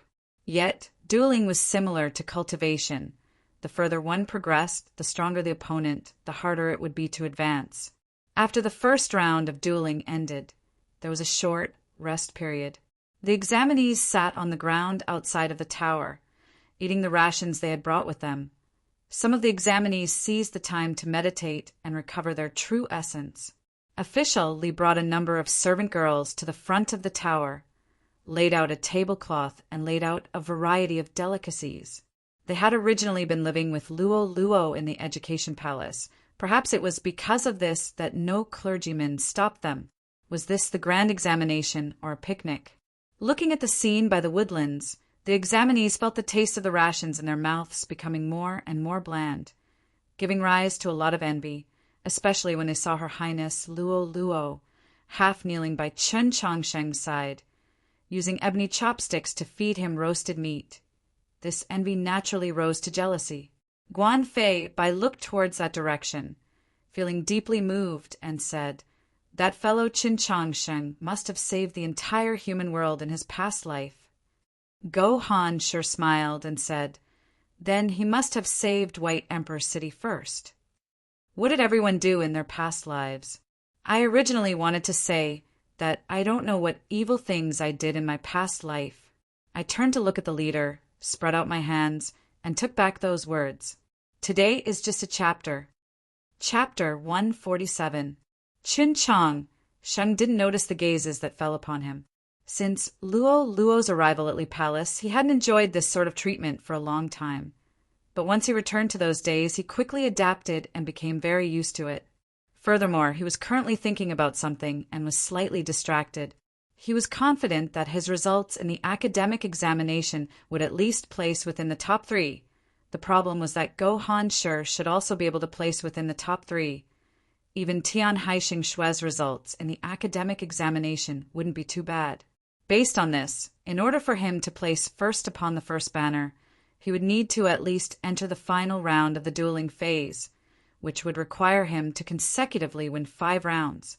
Of course, if Go Han Sure, Tian Haixing Shue, and the 4 scholars from Scholatry Manor who handed in their papers at the end of the academic examination were quickly eliminated, then the pressure on him would be greatly reduced. The problem was, no matter how you looked at it, this wasn't possible. Zhuang Fei Bai, Liang Ban, Hu, and Qi Jian were all potential strong opponents. There was also Zhuang Huanyu, who was especially quiet today. What caused Chen Chongsheng to feel the most uneasy, or perhaps more accurately cautious, was the lone clothed youth that stood out from the crowd. This wolf tribe youth didn't have any results in the academic examination. Therefore, regardless of his results in the dueling phase, he wouldn't be able to place first upon the first banner. Thus, he wouldn't be a direct competitor for him. However, what if he were to encounter this youth in the first few rounds? No one wanted to encounter this youth before the dueling phase. Go Han Sure and Tian Haixing Shue were probably thinking the same. The short break quickly ended. Official Li led the maids to pack up the food containers and left the area. The second round of the dueling phase was about to begin. The area outside of the tower gradually quietened down. Compared to the atmosphere prior to the first round, it was even more tense and oppressive. This was because the top 15 examinees were about to enter the ranks of the dueling phase. The first 15 examinees to pass through the River Chu were all very strong. There were 4 from Li Shan Sword Sect, 2 from Star Caesar Academy. A senior from Holy Maiden Peak, Tian Haixing Shue, coldly stood at the forefront. Zhuang Huanyu calmly stood with a fellow student. The wolf tribe youth named Jixiu still stood alone in the outer perimeter. Only he didn't recognize anyone. Compared to the first round, the second round of the dueling phase of the grand examination had the same basic rules, with only 2 major differences. Firstly, the opponents were no longer determined by the order of the first, and it had nothing to do with the examiners, but rather by drawing lots. Furthermore, for the subsequent rounds, lots would be drawn once more, and what opponents the examinees would face would be completely left up to fate. Secondly, from the second round onwards, the loser of a duel would no longer be directly sent out of the education palace, but would instead remain in the arena. Because the top 64 had already been decided in order to determine the final rankings for the grand examination and the 3 grades, The examiners would not be able to guarantee absolute fairness in their grading, and the loser would most likely have to undergo a rematch. Before the duels began, lots had to be drawn. In a sense, the drawing of lots was even more important than the match itself. If he could draw a relatively weak opponent, it would be equivalent to passing a round in advance. But if he was unlucky and drew an opponent like Gohan Shur, what should he do? Dozens of pairs of eyes followed the hand of the Lee Palace clergyman as it left the box and landed on the slip of paper with the examinee's name written on it. Tradition Academy, Xianyuan Pa. The Lee Palace clergyman then pulled out a second slip of paper, glanced at it, and said, "Against Lishan Sword Sect, Gohan Shur." The area before the tower of purging dust was silent, or perhaps deathly silent. It took a long time for the examinees to react, letting out countless cries of surprise. From everyone's point of view, since Chiu Shanjun had unexpectedly not participated in the grand examination, then the strongest in this year's grand examination would undoubtedly be Gohan Shur. They naturally assumed that his name would only appear much later. Who could have guessed that in the first round, the examiners would pull out a slip of paper with Gohan Shur's name written on it? The emotions within those cries of surprise were very complex. Apart from shock, there was also a lot of joy, and within a few cries of surprise, one could hear the emotions of schadenfreude, just like how no one wanted to go up against that wolf tribe youth, and even more so, no one wanted to go up against Gohan Shur. Now, they didn't need to worry, because the one going up against Gohan Shur was Xianyuan Pa, Orthodox Academy's Xianyuan Pa. The woodlands were very quiet. Qin Changsheng and Tang 36 looked at Xianyuan Pa. Their gazes didn't contain any sympathy, only questioning. At this moment, sympathy had no meaning. Xianyuan Pa had a blank expression on his face and asked, "What do we do?" Tang 36 said, "Can't you see that we're all waiting for you to make a decision?" Xianyuan Pa looked towards Luo Luo and said, "Teacher, I'll listen to you." Luo Luo looked towards Chen Chongsheng and said, "Teacher, what do you think?" Chen Chongsheng looked towards Tang 36 and said, "Why don't you make a decision?" Tang 36 didn't even think about it. He immediately raised his hand and shouted towards the Lee Palace clergyman in charge of drawing the lots, "We forfeit!" The crowd was in an uproar. No one could have imagined that Orthodox Academy would directly choose to forfeit the moment the lot was drawn. Wasn't this a bit too direct and efficient, or perhaps a bit too shameless? Sounds of ridicule could be heard from the crowd. Xianyuan Pa lowered his head, looking a little dejected. Chun Changsheng comforted him. "Preserve some of your strength. That way, you'll be able to gain some advantage in the next round." Tang 36 was in charge of external affairs. He looked at the examinees who were incessantly jeering and said, "Forfeiting means surrendering? If you're really that good, we'll give this lot to you and you can go fight against Gohan Shur?" It was naturally impossible for the examinees to be allowed to sign. But his words reminded many of the examinees present that if their goal was to enter the 3 grades of the grand examination, then when encountering an undefeatable expert like Gohan Shur in the second round, forfeiting was perhaps the best choice. Thinking that they might also forfeit later on, the examinees naturally quietened down. The drawing of lots continued. The peaceful scene was once again broken after the clergyman drew out the names of Tang 36 and Liang Banhu. The examinees looked towards the woodlands. No one laughed at Orthodox Academy. Instead, they began to sympathize with them. Tang 36's expression was calm as usual, but his mood was extremely bad. He said in a voice that only the people next to him could hear, "What kind of fucking luck is this?" Xianyuan Po's encounter with Gohan Shur was extremely bad luck. He was matched against Liang Banhu. His luck wasn't any better.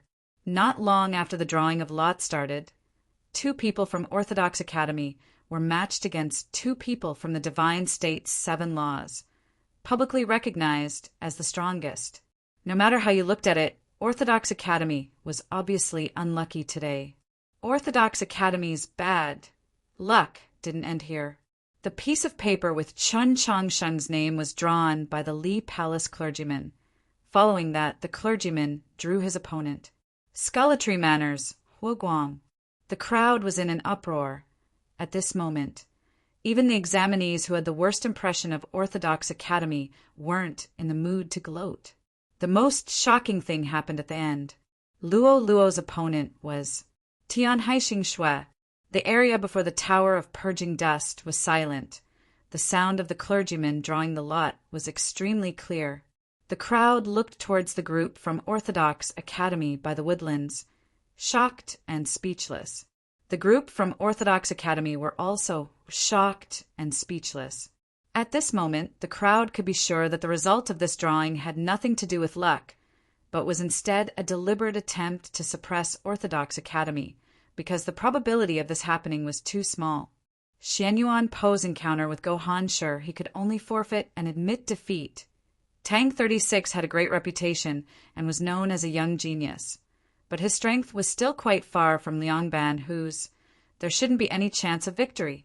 As for the third match, that scholar from Sculletry Manor named Huoguang, although he didn't enter the proclamation of Azure Clouds, according to his performance in the martial trial, he should be the second strongest amongst the 4 students of Sculletry Manor, stronger than the other 2 students who had already entered the proclamation of Azure Clouds, only below Zhonghui, who was ranked 9th. Even if Chen Changxing had a fortuitous encounter, he still wouldn't be able to defeat his opponent. The most obvious evidence was Luo's drawing of lots, she who was ranked 2nd on the proclamation of Azure Clouds. In this year's grand examination, her only fear were Go Han and Tianhaixing Shui, who had already completed their ethereal opening. Yet she had drawn Tianhaixing Shui. More importantly, amongst all the examinees present, only Tianhaixing Shui's family background was similar to hers. At least he could freely display his strength in battle. Similar to the Tower of Purging Dust, the Hall of Zhaowen was also completely silent. His Eminence, the Archbishop, finally slowly opened his eyes. His somewhat murky gaze fell upon the list of lots that appeared on the mirror, gradually turning cold. Mou's eyelids were slightly drooping, her thoughts unknown. Prince Chen Lu slightly raised his eyebrows. Anger was evident on his face. Xue Xingchuan was a little surprised. He turned around and glanced at Su Shiji. Su Shiji's face was expressionless. He maintained his silence. The other important figures in the hall also maintained their silence. None of the important figures in the hall of Zhaowen were stupid. How could they not see that this drawing of lots was a result of someone else's actions? It was very obvious the Board of Ecclesiastic Education's favoritism towards Orthodox Academy, in the end, caused the dissatisfaction of the Orthodoxy's new faction. After enduring silently for a long time, they had finally begun their counterattack in the final round of the grand examination, but it was unknown if this matter had been personally approved by the Divine Empress or His Holiness. Using Southerners to fight against Orthodox Academy, this really isn't a pretty sight. Heavenly Academy's principal Mao Qiuyu sighed. He stood up and walked towards the exit of the hall of Zhaowen. Hearing these words, some of the people in the hall, such as the principal of Li Palace College and the 2 bishops of Orthodoxy, had awkward expressions. Mao Qiuyu's status was high. He could say whatever he wanted. He could leave whenever he wanted. But he couldn't change the result of the drawing of lots. The grand examination had to continue. The drawing of lots also continued. The ones that received the most attention were naturally the 4 matches that had to do with Orthodox Academy. Guan Fei Bai, Zhuang Huanyu, and the other renowned young experts had drawn relatively weak opponents. Only Su Mou's luck seemed to be even worse than Qin Changsheng's group, because his opponent was the youth named Zhixiu. Hearing the Li Palace clergyman announce his name, the examinees present finally knew the full name of that wolf tribe youth for the first time. That youth was called Wofu Zhixiu. The surname Wofu was extremely rare. It was obvious that he wasn't someone from the Central Plains. He was probably from a small tribe beyond the Great Wall. Tang 36 patted Su Mou's shoulder and said, "Admit defeat. Who told you to stand with us earlier? Bad luck is contagious." Was it really luck? Of course not. Everyone in front of the Tower of Purging Dust knew this. But, just like in the first round, if there was no evidence of manipulation, then there was no way to object. You could only admit defeat or attempt to obtain an inconceivable victory. Tang 36 advised Su Mou to choose the former, but he himself was prepared to choose the latter. Luo Luo and Qin Chongsheng also had the same thoughts. Today's chapter, due to personal reasons, there have been fewer updates these few days. Apologies. Chapter 148. Regardless of what Tang 36 said, Su Mou naturally had his own judgment and choice. As the representative of Li Palace College, he couldn't just directly admit defeat. Furthermore, his stubborn and dull nature had determined that even if his opponent was that mysterious and strong Wolf Tribe youth, he wouldn't lose confidence. He saluted the examiner in charge of the duel, then walked onto the stone steps outside the tower. The crowd gradually parted. Zhixiu walked over. His footsteps didn't stop, directly entering the tower. The examinees looked at the youth's slightly thin back. They all had different expressions on their faces. From early morning till now, aside from saying a single sentence to the examiner, no one else had heard his voice. They were all very curious as to how strong this Wolf Tribe youth, widely known for being mysterious and cold-blooded, was and what kind of person he was. As for the result of this duel, not many people cared, because in many people's eyes, the result of this duel had already been decided. Su Mou, who was ranked 33rd upon the proclamation of Azure Clouds, obviously wasn't weak, but his opponent was just too strong. Chen Chongxing turned around to look at Luo Luo, who had a pensive look on her face. Thinking back to the moment when the Wolf Tribe youth had turned his head and given him a mental blow, he thought to himself that Luo Luo's defeat to Tian Haixing Shui might be a good thing. At least she wouldn't have to face this youth and wouldn't be in any danger. The wooden door to the tower slowly closed. Not long after, it opened once again. The examinees were a little stunned, although they knew that this duel wouldn't have any surprises. The fact that it had ended so quickly was still shocking. The first to walk out of the tower should be the victor, the Wolf Tribe youth Zhixiu. He stood on the stone steps, looking towards the woodlands, towards the direction of Orthodox Academy. Throughout the course of the grand examination, this youth had always stood outside of the crowd, or the very front, leaving everyone with only his back at this moment. This was the first time many people had seen his face. He wore a thin cotton robe with a cloth belt around his waist. His feet were bare. His trousers were 3 inches above his ankles. Simple to the extreme. He didn't have any weapons on him, but the feeling he gave off was extremely dangerous, akin to a sharpened blade. No, he was the blade's edge. That's right, his danger didn't lie in his physical form, but in that feeling, as if looking at him for too long would cause one's eyes to feel a stabbing pain. Many examinees subconsciously retracted their gazes or looked elsewhere. After a while, the tower's wooden door slowly closed. Su Mou did not come out. The examinees were a little surprised. Someone couldn't help but ask, "Didn't they say that the loser can stay behind?" The Li Palace clergyman glanced at Zhixiu and slightly frowned, then said to the examinees, "Su Mou's injuries are too severe. He has been sent out of the Education Palace for treatment." Hearing these words, the area outside the Tower of Purging Dust fell into a deathly silence. The examinees found it hard to suppress their complex emotions. They once again turned their gazes towards the Wolf Tribe youth. There was shock in the eyes of the examinees, but more of it was fear. Su Mou was the most outstanding student of Li Palace College, a young genius ranked 33rd on the proclamation of Azure Clouds. Even if he wasn't a match for this person, the previous duel had only lasted for a short period of time, and there were presumably many examiners watching from the sidelines. In the end, this person still managed to injure Su Mou so severely. Just how strong was this person? Within the hall of Zhaowin, the principal of Li Palace College stared at the image on the mirror, his face extremely gloomy. At this time, the duel in the Tower of Purging Dust had already ended. There was only a patch of yellow sand on the mirror. That was the ground. At the bottom, there were a few patterns of green leaves and a few bloodstains. Su Mou had suffered extremely severe injuries. His life should not be in danger in Li Palace, but it was unknown whether it would affect his future cultivation. He was the principal of Li Palace College. He had more than enough reasons to be angry, but he didn't know how to vent his anger.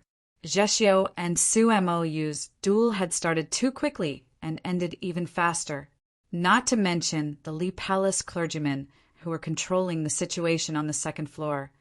Even if he was personally present, he still wouldn't have been able to prevent that tragic scene from happening, unless he had been present beforehand. The 4 examinees of Orthodox Academy had all met the strongest opponents in the drawing of lots. That was the result of someone else's actions. He was very clear on the reason behind it. As for Su Mou, the student that Li Palace College had placed their hopes on, for him to meet a monster like Zhexiu in the second round, it could only be said that his luck in the drawing of lots was too bad. Su Mou was forced to withdraw from the competition due to his heavy injuries. No matter how outstanding his results in the academic examination were, the most he could do was enter the 3rd grade. Advancing further was impossible. At this point in the grand examination, all of Li Palace College's students had been eliminated, not to mention Li Shan Sword Sect and Scholatry Manor. Star Caesar Academy still had 4 people left. How could he endure this? The principal of Li Palace College stood up, his face ashen, flicked his sleeves, and left the hall of Zhaowin, no longer interested in the subsequent events of the grand examination. Heavenly Academy's principal, Mao Qiuyu, had already left due to his dissatisfaction with the fact that some important figures had secretly influenced the drawing of lots, forcing Orthodox Academy into a desperate situation. At this moment, within the hall of Zhaowin, only the principals of 3 of the 6 Ivies remained. The second round of the dueling phase of the grand examination continued. The wind of fists and rain of swords never ceased. True Essence was restlessly agitated, but these were all events that occurred within the Tower of Purging Dust. Very few of these events were transmitted outside. In the following matches, Zhuang Huanyu easily defeated his opponents. Qi Jian and Guan Fei from Li Shan Sword Sect also didn't take long to enter the 3rd round. The next to be sent out was the young scholar from Scholatry Manor. Amongst the 4 from Scholatry Manor that were participating in this year's grand examination, he was the youngest and also the strongest, Zhong Hui, standing upon the stone steps in front of the Tower of Purging Dust, looking at the scene before him. His expression was a little ugly. In the past, he had naturally been the focus of attention within Scholatry Manor. Even if the grand examination was a gathering of experts, logically speaking, when it was his turn to fight, he should have attracted the attention of many examinees. Yet, no one was looking at him. This made him feel very uncomfortable. It wasn't that the examinees didn't value him. A young expert that ranked 9th upon the proclamation of Azure Clouds had the qualifications to be valued. It was just that Zhong Hui's opponent didn't have much of a reputation. Coincidentally, the next match was the focal point of everyone's attention. Therefore, at this moment, the gazes of the crowd didn't fall upon him, but upon 2 other places. The woodlands where the group from Orthodox Academy were, and a riverside where the 4 disciples of Li Shan were. The next match would be Tang 36's turn. Chen Changsheng was currently crouched on the ground, incessantly talking to him, his hand holding onto a branch, writing and drawing on the ground. Luo Luo was crouched to the side, using her hand to support her chin, earnestly listening. Xian Yuan stood above, using his tall and sturdy body to block the gazes of the crowd. Chen Changsheng was currently explaining some of the essentials of Li Shan sword arts. This had nothing to do with last-minute practice. Rather, it was extremely focused guidance. This was because he was using the essentials of Li Shan sword arts as a comparison to Liang Ban, whose few famous battle examples. The lines that the branch had drawn on the ground were all sword forms. Liang Ban, who was the opponent that Tang 36 was about to face. The amount and purity of your true essence is definitely inferior to your opponent's. Chen Changsheng put down the branch. Looking at Tang 36's unconcerned expression, he said seriously, "Even after coming to the capital, you aren't as lazy as you were in Wenshui, but you know how hard it is for Li Shan disciples to train in the sword. Therefore, there's no need to argue. You are inferior to your opponent. Tang 36 spread out his hands, indicating that he didn't mean anything else. Chun Chang Shen glanced at the riverside and continued. You and him are at the same level, as long as you don't pass that threshold. The difference between the upper stage of meditation won't have too much of an effect on a battle. Therefore, if you want to defeat him, you have to work on your moves and make a fuss. Tang 36's expression became serious. He asked, How do I start? Chun Changsheng said, Attack first. Tang 36 slightly raised his eyebrows. Isn't that the same as what you and Xian Yuanpa did in the first round? Qin Changsheng said, It's not the same because all the attacks are feints. You have to prepare at least 20 moves as a continuous attack, not giving Liang Banhu any chance to think. You have to try to make him make a mistake. Then when the sword form is about to be completed, he will definitely think that you are going to use the 3 forms of Wen Shui. That will be our chance. Speaking to this point, he picked up the branch again and wrote a few words on the ground. Tang Tang and you are at the same level of cultivation. After studying with Chen Changsheng for such a long time at the Tradition Academy, he must have improved his mastery of sword arts. He won't be weaker than you or me, but the amount and purity of his true essence is definitely not as good as yours. His willpower is also not as good as yours. Go Han Shi reached out his hand and scooped some water from the riverside, washed his face, glanced at the direction of the Tradition Academy people, then continued. Tang Tang's most outstanding trait is his personality. He likes to take the unusual path, and when he's angry it's quite interesting. If I were Chen Changsheng, I would definitely place my only chance of winning on my moves. Qi Jian listened on the side. He was a bit confused and asked, Senior, since the sword arts are about the same, how can we use moves to win? The sequence of sword moves, the timing, the choice, as well as using the sword moves to create momentum. Go Han Shi patiently explained to him. Hearing this, Guan Fei remembered the time when he and Princess Luo fought at the Ivy League gathering. He silently nodded. Liang Ban, who looked at the riverside, his slightly immature face was full of confidence and calmness. He said, Qin Changsheng must be giving him ideas right now. Correct. Go Han Shi looked at him and said, Qin Changsheng will definitely think of a way for Tang Tang to use his sword moves to condense momentum, and then use a surprising method to forcefully find a chance of victory. As I said before, Tang Tang's most outstanding trait is that crazy and fierce energy. So I think that the sword move he will use after condensing momentum will not be the 3 forms of Wen Shui, because although those 3 moves are powerful, they're not fierce enough. Liang Ban, who was pensive, he began to recall those sword scrolls he had seen in Mount Li's sword hall. Guan Fei thought it over and realized that if it really was as his senior guessed, then there really wasn't any good way to deal with it. If he were to enter the field and fight Tang Tang, he could probably only rely on his true essence to fight. Fight with force, Go Han Shi said to Liang Banhu. Liang Ban, who was somewhat confused. But Guan Fei was even more shocked, thinking, Isn't this the stupidest method? Chapter 149. Guan Fei could never have imagined that his senior would suggest a direct confrontation. What good was this strategy that he himself could come up with? Go Han Shi ignored him, looked at Liang Banhu and said, Don't worry about whether he's using a real move or a feint. For the sake of us, there's no need to counter every move. Just exchange moves with him. Guan Fei was proficient in the way of the sword. He was clear that the so-called exchange move for move, in the end, would be an exchange of injury for injury. He thought to himself, Junior brother Liang is clearly stronger than Tang 36. Why is there a need to use this method of mutual destruction? Go Han Shi looked at Liang Ban with his head lowered in silence. He knew that his junior brothers were somewhat confused. He calmly explained, Tang Tang is inferior to you, so Chen Changsheng has to help him win by surprise. But you're stronger than Tang Tang, so you can't walk the path of surprise. You should use the simplest or even stupidest method to obtain a normal victory. He stood up, accepted the handkerchief that Qi Jian handed over, and wiped his face clean. He looked towards the woodlands. where Tang 36's eyebrows were about to fly off, and said, "Why do we have to fight head on?" "Because when this guy gets angry, he's really going overboard. Exchanging moves for moves will definitely result in injury, but this should be the method with the least cost to defeat him."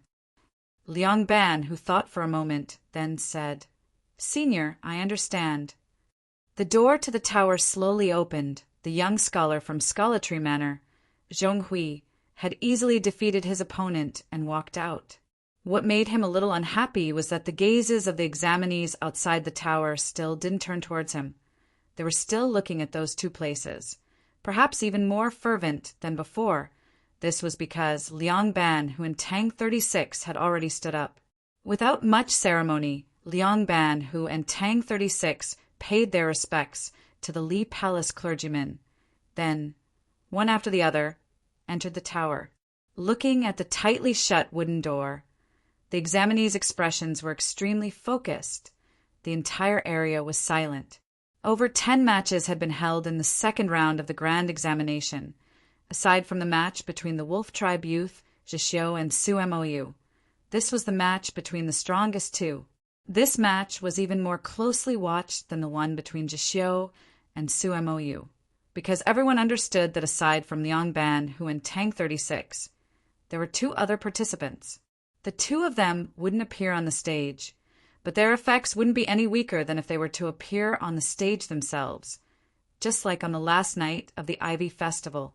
There are some people in the world who could directly change the outcome of a battle through their knowledge and ability to think. These people were the strategists on the front lines against the demon race. In the vast majority of schools and sects, they were the highly respected professors or elders. Only in the Li Mountain Sword Sect and the Tradition Academy, the people who played this role were 2 students. For today's grand examination, the teachers of the various sects were unable to participate in the examination grounds. Many people were extremely envious of the examinees from Li Shan's Sword Sect and Orthodox Academy. It was precisely because they had Go Han Shi and Qin Chang Sheng to guide them on the spot. These 2 had the ability to solve many problems on the spot and change many things. Time slowly passed. The tower of purging dust remained quiet.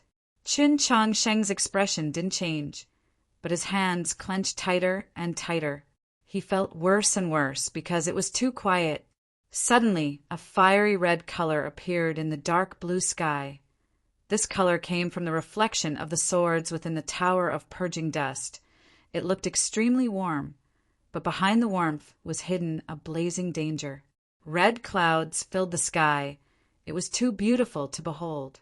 3 forms of Wen Shui gathering evening clouds. Outside of the tower, cries of surprise resounded. Tang 36 sword momentum had actually broken through the Education Palace's restriction, appearing in the air above the tower, entering everyone's eyes. Go Han Shi raised his head to look at the sunset, remaining silent. He discovered that Tang 36's improvement in the past few days at Orthodox Academy was actually greater than what everyone had imagined. Qin Chang Sheng's expression became grave because, according to the plan, today shouldn't have a sky of red clouds. Or perhaps Tang 36 had gone all out, but what did this mean? Liang Ban, who was currently still silent, had actually forced him to go all out ahead of time. This meant that Liang Ban, who still had strength to spare, and for some unknown reason, he had actually prevented Tang 36 from linking the previous 10 or so sword stances into sword momentum. Outside of the tower, cries of surprise and praise once again resounded. The sky of red clouds suddenly became incomparably bright. The small stream was illuminated. It seemed as if countless red maples had sprouted from the banks of the stream. Hanging sunset. Immediately after, a stream of maple. Tang 36's sword manifestation had actually spread to such a far distance, being able to affect the environment outside of the tower, as a youth that had yet to achieve ethereal opening. This was already enough for him to be proud of. Yet, Qin Changxing's expression became increasingly grave, because up until this point he still hadn't seen Liang Ban, whose sword no one present had seen it. Suddenly the sunset faded, the red maples faded, an extremely faint, extremely gentle, extremely peaceful sword manifestation swept across the sky above the tower. The sword manifestation was like water, like clear water, countless expanses of clear lake water washing the sky. Whether it was the sunset, the setting sun, or the red maples, they were all washed clean, reminding everyone that those colors previously weren't real. They had been painted by someone using a sword as a brush. Since they were painted, they used paint as long as it was paint. It could be washed away by water as long as there was enough water and it was clear enough. Half a lake of clear water. It could wash one's feet. It could even wash one's hair. It could even wash the sky clean, revealing its original azure color. Outside of the tower, countless examinees raised their heads to look at the sky. They didn't cry out, they remained silent. Whether it was the sunset or the sky washing lake water, they were all reflections of the sword manifestations of the two youths within the tower, within the miniature world. They really were strong. Qin Changsheng remained silent for a while, then regained his composure. He looked towards Gohan Shi, who was far away by the stream, and nodded his head in greeting. Gohan Shi nodded his head in return. The great doors of the tower opened. Liang Ban, who walked out, one step behind him. Tang 36 also walked out. This was probably the difference of one step. Both of them had injuries on their bodies. Sword marks were clearly visible on their clothes. The examiner gave the two a praising glance and said, Li Shan, sword sect, Liang Ban, who wins? Liang Ban, who, and Tang 36 bowed to each other, then walked down the stone steps, towards the woodlands and the stream, respectively. Tang 36 was very tired. Perhaps due to this reason, he didn't want to speak. He walked back to the woodlands, sat on the ground, leaned against a poplar tree, and closed his eyes. When Chen Changsheng was feeding him medicine, he only opened his mouth, still refusing to open his eyes. Xian Yuanpa walked to his side, crouched down, and looked at him. His face that was covered with light green stubble and was very young was filled with worry. He said, "Say something." Tang 36 closed his eyes, refusing to pay attention to him. Xian Yuanpa was a little anxious. He looked towards Qin Changsheng and asked, "Is he all right?" Qin Changsheng said, "It's possible that Liang Ban, whose injuries are a little heavy. He needs to rest. Let's not disturb him."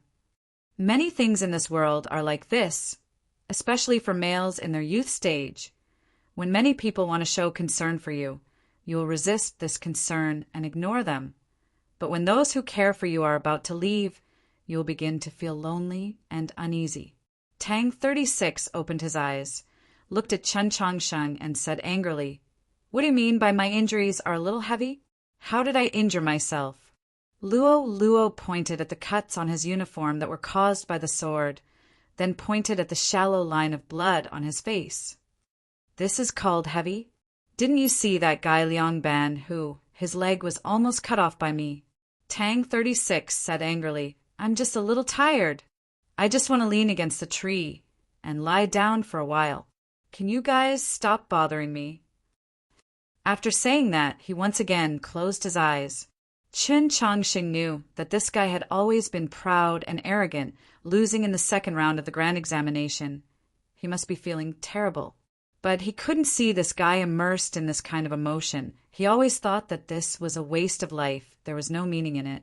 All negative emotions should be instantly defeated or abandoned. "Do you lack money?" He looked at Tang 36 and asked. Tang 36 closed his eyes and sneered. "Have you ever seen someone richer than me?" Qin Changsheng asked again. "Your academic exam results should be okay, right? Combined, can you enter the top 3? Tang 36 opened his eyes, looked at him, and asked, "Entering the top 3 shouldn't be a problem, but why are you asking this?" Qin Changsheng looked at him and said seriously, "If you can enter the top 3, you can read the Heavenly Book, and you don't lack money, the 13 divisions of Radiant Green, and the Sisters of the Holy Maiden all like you. What else do you want?" Tang 36 felt that this question seemed to have a hidden meaning. He thought about it for a long time, then asked with uncertainty, "First upon the first banner?"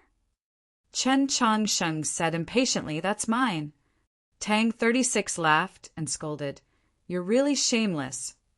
At this moment, he was sure that Chen Changsheng wasn't preparing to give him a lesson on life, but was only trying to comfort him, and it was indeed effective.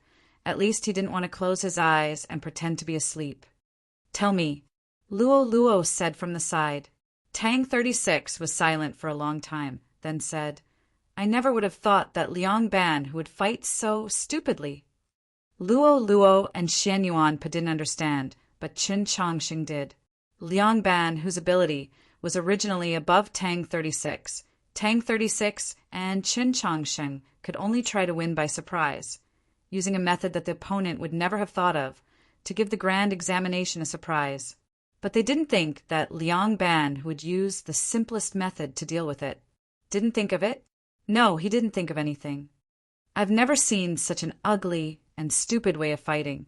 Tang 36 was silent for a while, then continued. He didn't even think of breaking through the sword moves that you thought of for me. He just kept on attacking, stupid, without any beauty, but I have to admit it was very useful. The first 10 moves were used, but they couldn't be connected. They were intermittent, making me very uncomfortable. In the end, I didn't even have the chance to use the 3 weird moves you thought of. I could only use the 3 forms of Wen Shui to try my luck. He held on, so I lost. If Chen Changsheng could think of it, then everyone participating in the grand examination could think of it. Liang Ban, whose battle strategy must have contained a lot of Go Hanshir's wisdom. If at the Ivy League gathering, Chen Changsheng and Go Hanshir could be said to be equal, then today in the battle between Tang 36 and Liang Ban, who Qin Changsheng lost completely. He said to Tang 36, "I'm sorry." Tang 36 was silent for a while, then said, "This has nothing to do with you. You don't need to apologize. If I was stronger than Liang Ban, then Go Hanshir should have been the one to worry about. You could have easily broken through him. But in the end, it was because of my lack of ability. Speaking of which, I'm the one who should be apologizing. I'm the one who should be apologizing." Xian Yuanpa honestly said from the side, "I don't understand what you're saying." "Then say something you can understand." Tang 36 smiled, then looked at Qin Changsheng and calmly said, "I've lost 2 matches. I can't lose again." While they were conversing, the duels were still ongoing. Another 2 matches had ended. Soon, it would be Chen Changsheng's turn to compete. Qin Changsheng thought for a while, then said, "I can win this match." After saying that, he stood up and walked towards the tower. Chapter 150. The second round of the grand examination had already entered the latter half. In the 2 most eye-catching matches between Lishan Sword Sect and Orthodox Academy, Orthodox Academy forfeited 1 match and lost the other. Lishan Sword Sect could be said to have regained all the face they lost at the Ivy League gathering, while Orthodox Academy was forced to the edge of a cliff. Even though the PvP battles weren't group battles and the grand examination only ranked candidates based on their individual results, the young examinees weren't born from the cracks of a rock. Whether it was in the eyes of the world or in their own minds, their results represented the glory of their academy or sect. Orthodox Academy's 3rd contestant was Qin Changsheng. This was because Orthodox Academy's publicly acknowledged strongest princess, Luo Luo, had encountered Tian Haixing Shui, who had already completed his ethereal opening. Most people thought she had no chance of winning. Therefore, if Orthodox Academy didn't want to be completely annihilated in the second round, they would have to see if Chen Changsheng could pass this round. Although he had defeated the disciple from Huangshan Valley in the first round, no one thought highly of him. Everyone knew that he was the weakest of the 4 students from Orthodox Academy. Now that even Tang 36 had lost, how could he avoid defeat? Miracle? If it happened often, then it wouldn't be a miracle anymore, but a problem. The second reason why no one thought highly of Chen Changsheng was that there was a problem with the drawing of lots for the second round. Everyone knew that someone must have tampered with the drawing of lots. Qin Changsheng's opponent for this round was the scholar from Scholartree Manor, Hu Guang. No matter how one looked at it, this was the best choice. Not Qin Changsheng's best choice, but the best choice for those who wanted Qin Changsheng to fail. From the divine queen to the peddlers, from the faraway white emperor couple to the capital's storytellers, everyone in the central continent was paying attention to the grand examination that was being held in the capital. Following the announcement of his engagement with Su Yurong at the Ivy League gathering and the announcement of the Archbishop's intention to place first upon the first banner, countless pairs of eyes were focused on Chen Changsheng. Under these circumstances, those who wanted to suppress Orthodox Academy and Chen Changsheng had to be even more careful. At least they couldn't let others see through the problem at first glance. If Chen Changsheng had to draw lots against Go Hanshi in the second round, everyone would know that something was amiss. Not only would the education board flip the tables, the castanets on the tables of the storytellers in the capital would also ring many times. The scholar of Scholatry Manor, Huguang, was the best choice. This young scholar had always been peacefully studying in Scholatry Manor and had never left the academy to gain experience, so he had never entered the proclamation of azure clouds. To those who did not know the inside story, he seemed to be very weak. In reality, Scholatry Manor didn't have any weaklings. Huguang was a target that Scholatry Manor had focused on nurturing, preparing to amaze the world with a single brilliant feat at the grand examination. How could Chen Changsheng be his match? The atmosphere in the forest was a little gloomy. Tang 36 leaned against the white poplar tree and looked at Chen Changsheng's back. He suddenly said, "If you can't win, then retreat. Don't let anything happen." Previously, when he said to Chen Changsheng that he couldn't lose again, it was because he knew that Chen Changsheng, for some reason, had to obtain first upon the first banner in the grand examination. Since that was the case, he obviously couldn't lose. Yet, thinking that even if he were to once again inexplicably defeat that scholar from Scholatry Manor, in the end he still wouldn't be a match for Tian Haixing Shui or Go Hanshi, he wanted to take back what he had just said. From his point of view, Chen Changsheng was still very young. He still had a lot of time. With his talent and knowledge, who knew how far he could progress in the future? If he couldn't even obtain first upon the first banner by risking his life, then why would he? Why didn't he set his sights on the future? Why did he have to be so cruel to himself? Chen Changsheng waved his hand. He didn't turn his head, because he had no way of explaining. Although he was still young, he didn't have much time to waste. He bowed to the clergyman, then walked up the stone steps. In the first round, his right boot had shattered. This time he had changed into a new pair. This pair of boots was brought from her bedroom by officially. It was new but comfortable to wear. The size was just right. Luo must have secretly remembered his measurements. Wearing this pair of boots, he felt his feet were firmly planted on the ground. He was very confident. By the forest, Xian Yuan said to Tang 36, "Do you want to rest for a while?" Tang 36 looked at Chen Changsheng, who was far away on the stone steps. After a moment of silence, he said, "No need, give me the crystal." Just as Elder Tianji had commented when the proclamation of azure clouds was updated, he had been greatly affected by Chen Changsheng. For example, at this very moment, looking at Chen Changsheng's figure, he quickly shook off his previous dejected mood and prepared to meditate to recover his true essence. Due to the possibility of an extra round, he had to at least enter the 3 grades. Otherwise, he would truly feel that he was inferior in front of Chen Changsheng. This had nothing to do with one's cultivation level or results. It had to do with one's willpower. The Tower of Purging Dust opened. Chen Changsheng and the scholar from Scholatry Manor named Huguang entered. The two of them were separated by a distance of over 10 meters, standing upon the sand-covered ground, quietly staring at each other. If one were to look closely, they would be able to see that beneath the sand beneath their feet, there were faint traces of blood, likely left behind by the examinees that had previously battled. "I've heard of you," Huguang broke the silence, looking at him, and said, "before coming to the capital." This scholar from Scholatry Manor seemed to be around 18 or 19 years old. His expression was cold and detached, as if he had been cast from the same mold as his fellow students. In reality, their appearances were not similar at all.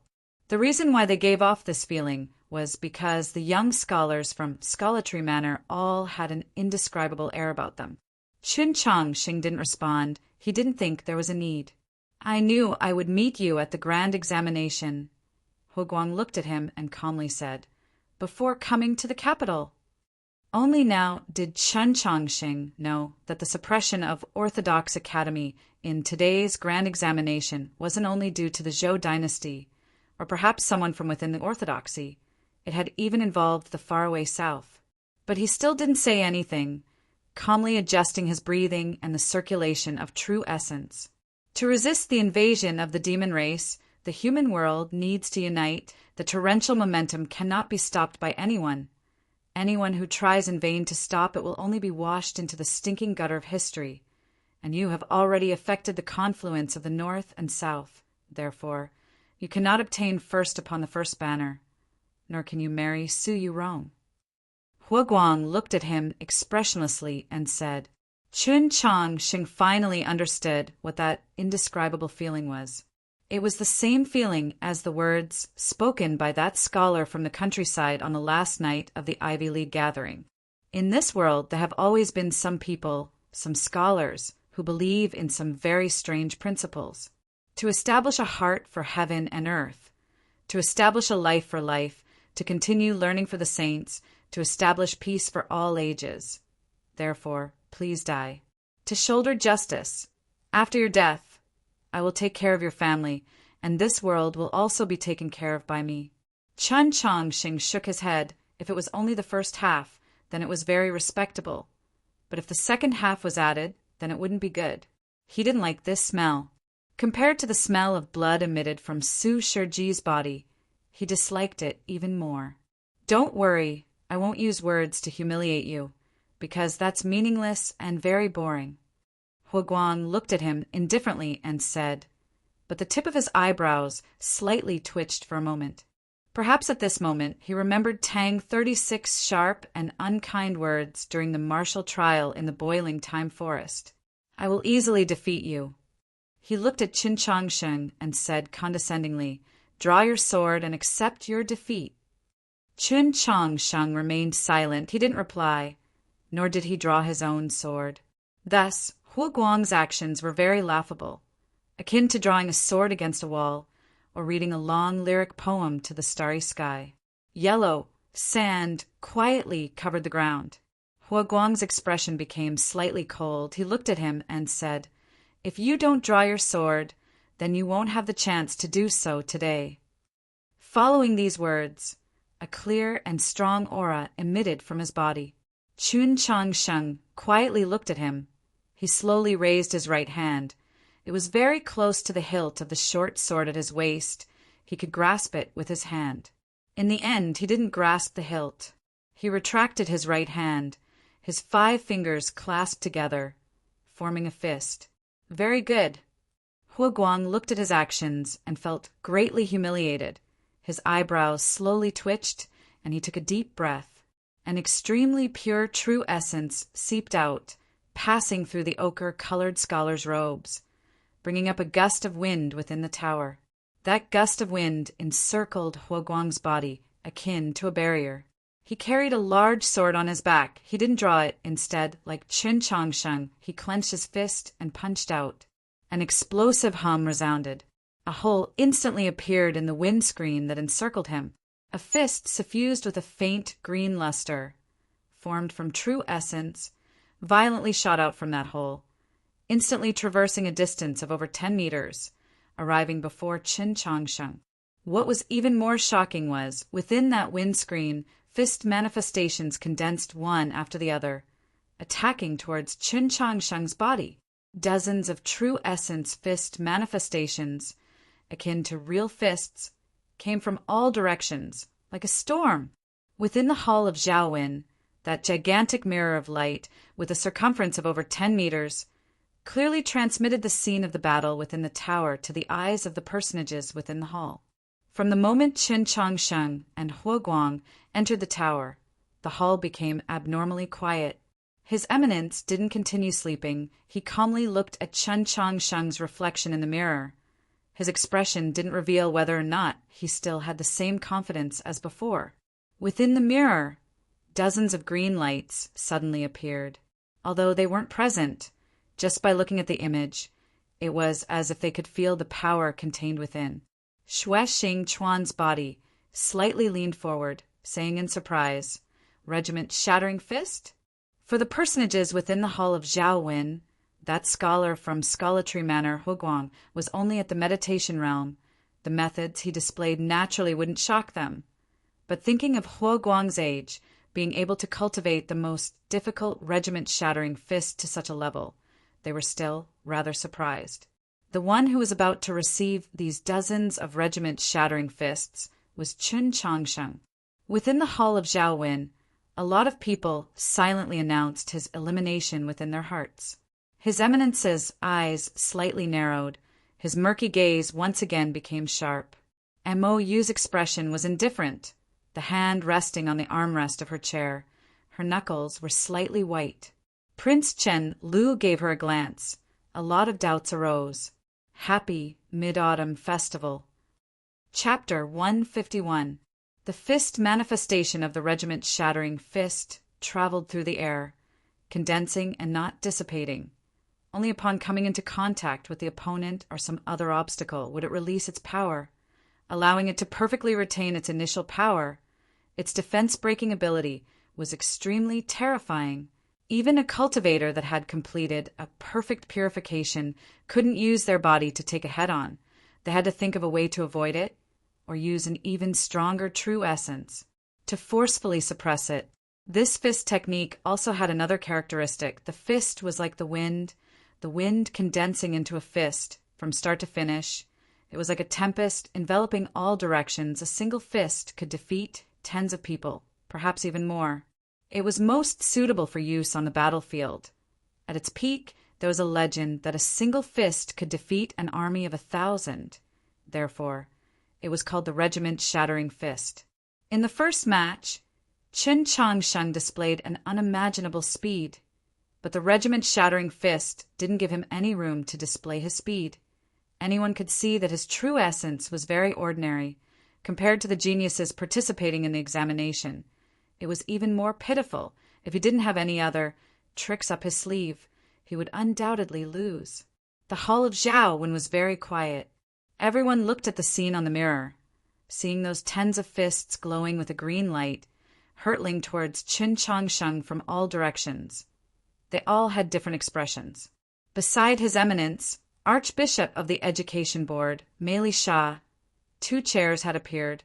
Upon them sat 2 archbishops that appeared to be rather young. However, from their clothing, it could be seen that they were important figures on the same level as Mei Li Sha.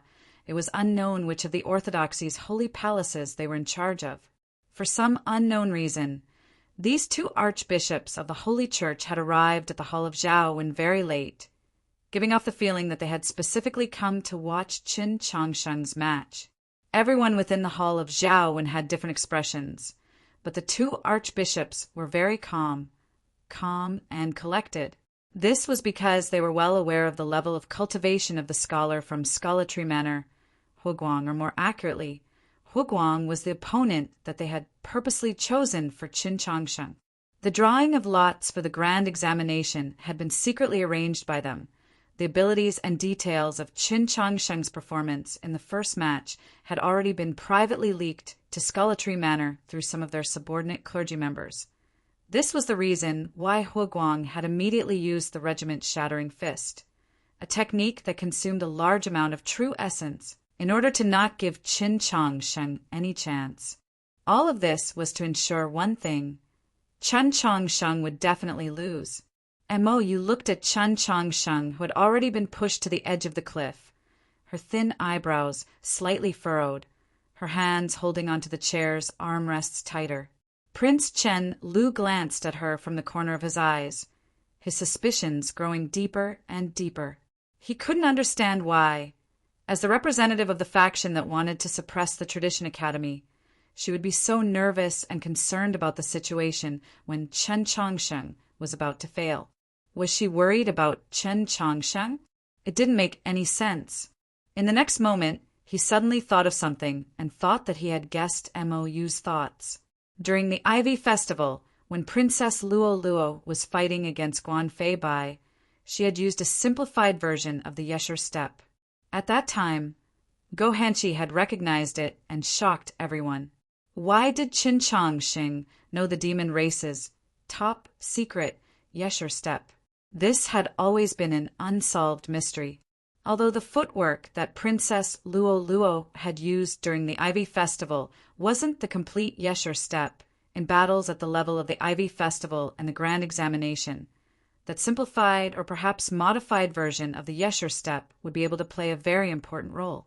For example, when facing against the storm-like regiment-shattering fist, M.O., you must have recalled the scene from the Ivy Festival. She wasn't worried that Chen Changsheng would fail and get injured, but was worried that Chen Changsheng would use that simplified version of the Yesher step and directly escape the range of the regiment-shattering fist, bringing an unexpected change to the match. That was what Prince Chenlu thought.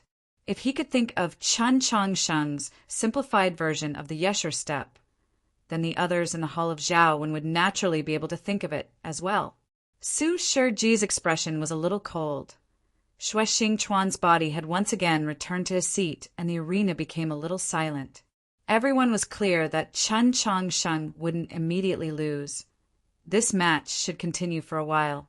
The two archbishops of the Holy Church remained expressionless. As representatives of the Orthodoxy's new faction, they knew a little more. Since they wanted to suppress Orthodox Academy, since they wanted to use Scholatry Manor to directly eliminate Chen Changsheng in the second round, how could they have missed out on this information? All the methods that Chen Changsheng could use his opponent already knew beforehand. Or perhaps Huoguang was currently waiting for Chen Changsheng to use that simplified version of the Yesher step and break out of the storm formed by the regiment-shattering fist. Huoguang definitely had an even stronger method hidden, waiting for the moment that Chen Changsheng came out. In the next moment, a series of surprised gasps could be heard within the Hall of Zhaowen. The two archbishops of the Holy Church frowned slightly. Looking at the scene within the mirror, they were a little surprised and confused. Chen Changsheng didn't use that simplified version of the Yesher step.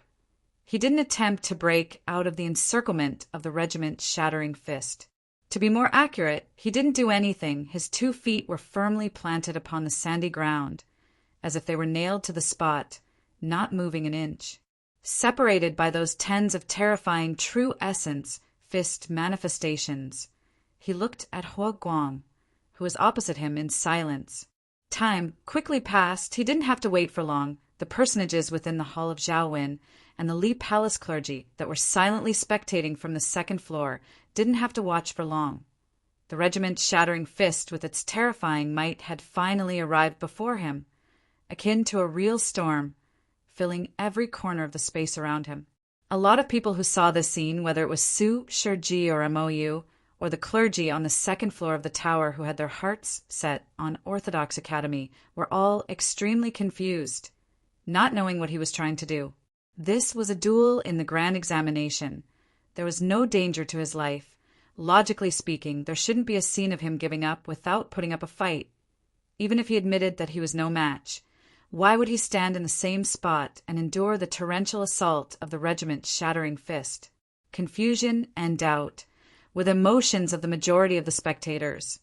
Some were even feeling slightly disappointed, such as Prince Chen Lu and MOU.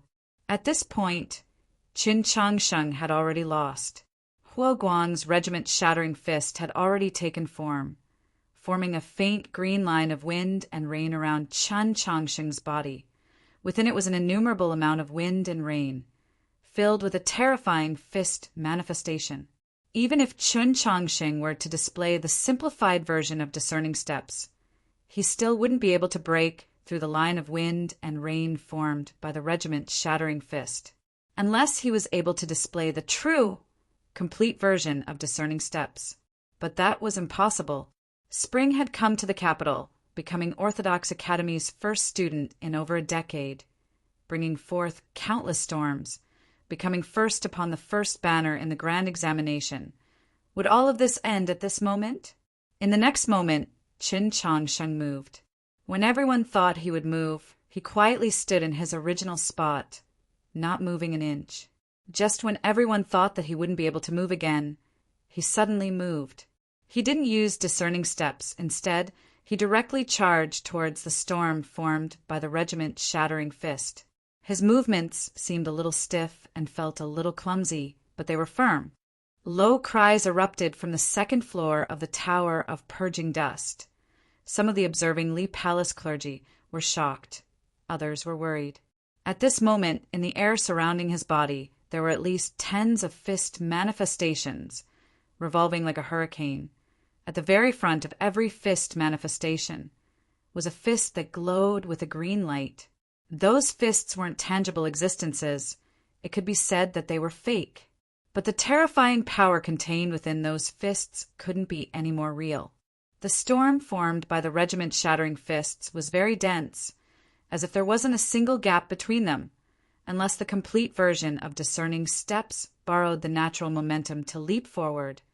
Any other footwork or movement skill, no matter how exquisite, would come into contact with those fists, triggering the terrifying power contained within those fists. What's more, he wasn't using any footwork skills. He was simply charging forward. With a light paw sound, the new boot on his right foot shattered like snowflakes. The yellow sand suddenly scattered, revealing the stone floor beneath. Spiderweb-like cracks once again appeared. His body collided with the air, bringing with it a shrill howl. His body turned into a blur. The black dragon reappeared. After an extremely short period of time, the blur slightly paused. That was because a strong fist manifestation had struck his right shoulder. The dark-colored academy uniform was akin to a blossoming flower. With a hissing sound, the fabric scattered with the wind. The fist manifestation entered his body. The skin on his shoulder suddenly turned red, as if it was about to split open. At this moment, he had only taken 2 steps forward. It seemed as if he was about to stop. Then he was struck to the ground by the torrential storm of regiment shattering fists. The second floor suddenly became silent. A light laugh rang out from within the hall of Zhaowin, carrying with it a faint sense of mockery. Mo, you didn't laugh. She looked at the scene on the mirror, her emotions somewhat complex. It was as if she could see the next moment Chen Changsheng's right shoulder's flesh split open, his bones broken and blood flowing. Then he would be struck by even more regiment-shattering fists, spitting out blood and collapsing, thus losing and being eliminated from the grand examination. She could even see the lonely back of this youth leaving Orthodox Academy much later on. In that room within the small building, the bedding was cold. No matter how much calming incense was placed, it wouldn't have the same smell as before. She remembered the words that Her Majesty had said to her, suddenly feeling a little regretful, a little sad. A lot of people had the same thoughts as MOU. That's right. Qin Changxing had displayed an astonishing defensive ability in the first match. But regiment-shattering fists were regiment-shattering fists. Even a perfect purification couldn't block it head-on. Prince Qinlu was silent. He was slightly angry at Chen Changsheng for not drawing his sword at the start. Su Shiji remained expressionless. His current status was a little awkward. Seeing Qin Changsheng suffer a crushing defeat, it wasn't suitable for him to reveal any emotions. Everyone had thought that Chen Changsheng would be heavily injured by the regiment's shattering fists. Yet, in the next moment, a miraculous scene appeared within the tower. The regiment's shattering fist landed on Qin Changsheng's right shoulder. His uniform instantly shredded, the color of blood faintly appearing. Yet it only faintly appeared, before quickly returning to normal. A faint, muffled sound rang out from his shoulder. That regiment's shattering fist dissipated like smoke, dispersed with the wind. Such a terrifying fist, yet it didn't cause him to bleed. How was this a falling stone that could break through the air, shatter the earth, and startle the birds in the forest? This was a cool breeze, caressing a hill. This regiment-shattering fist was just scratching an itch for Chen Changsheng. Hua Guang's expression drastically changed. The second floor of the tower was filled with cries of shock. The hall of Zhaowen was silent. At this moment, Chen Changsheng's left foot landed on the ground. He continued forward, heading towards Huoguang. His movements still looked clumsy, yet so terrifying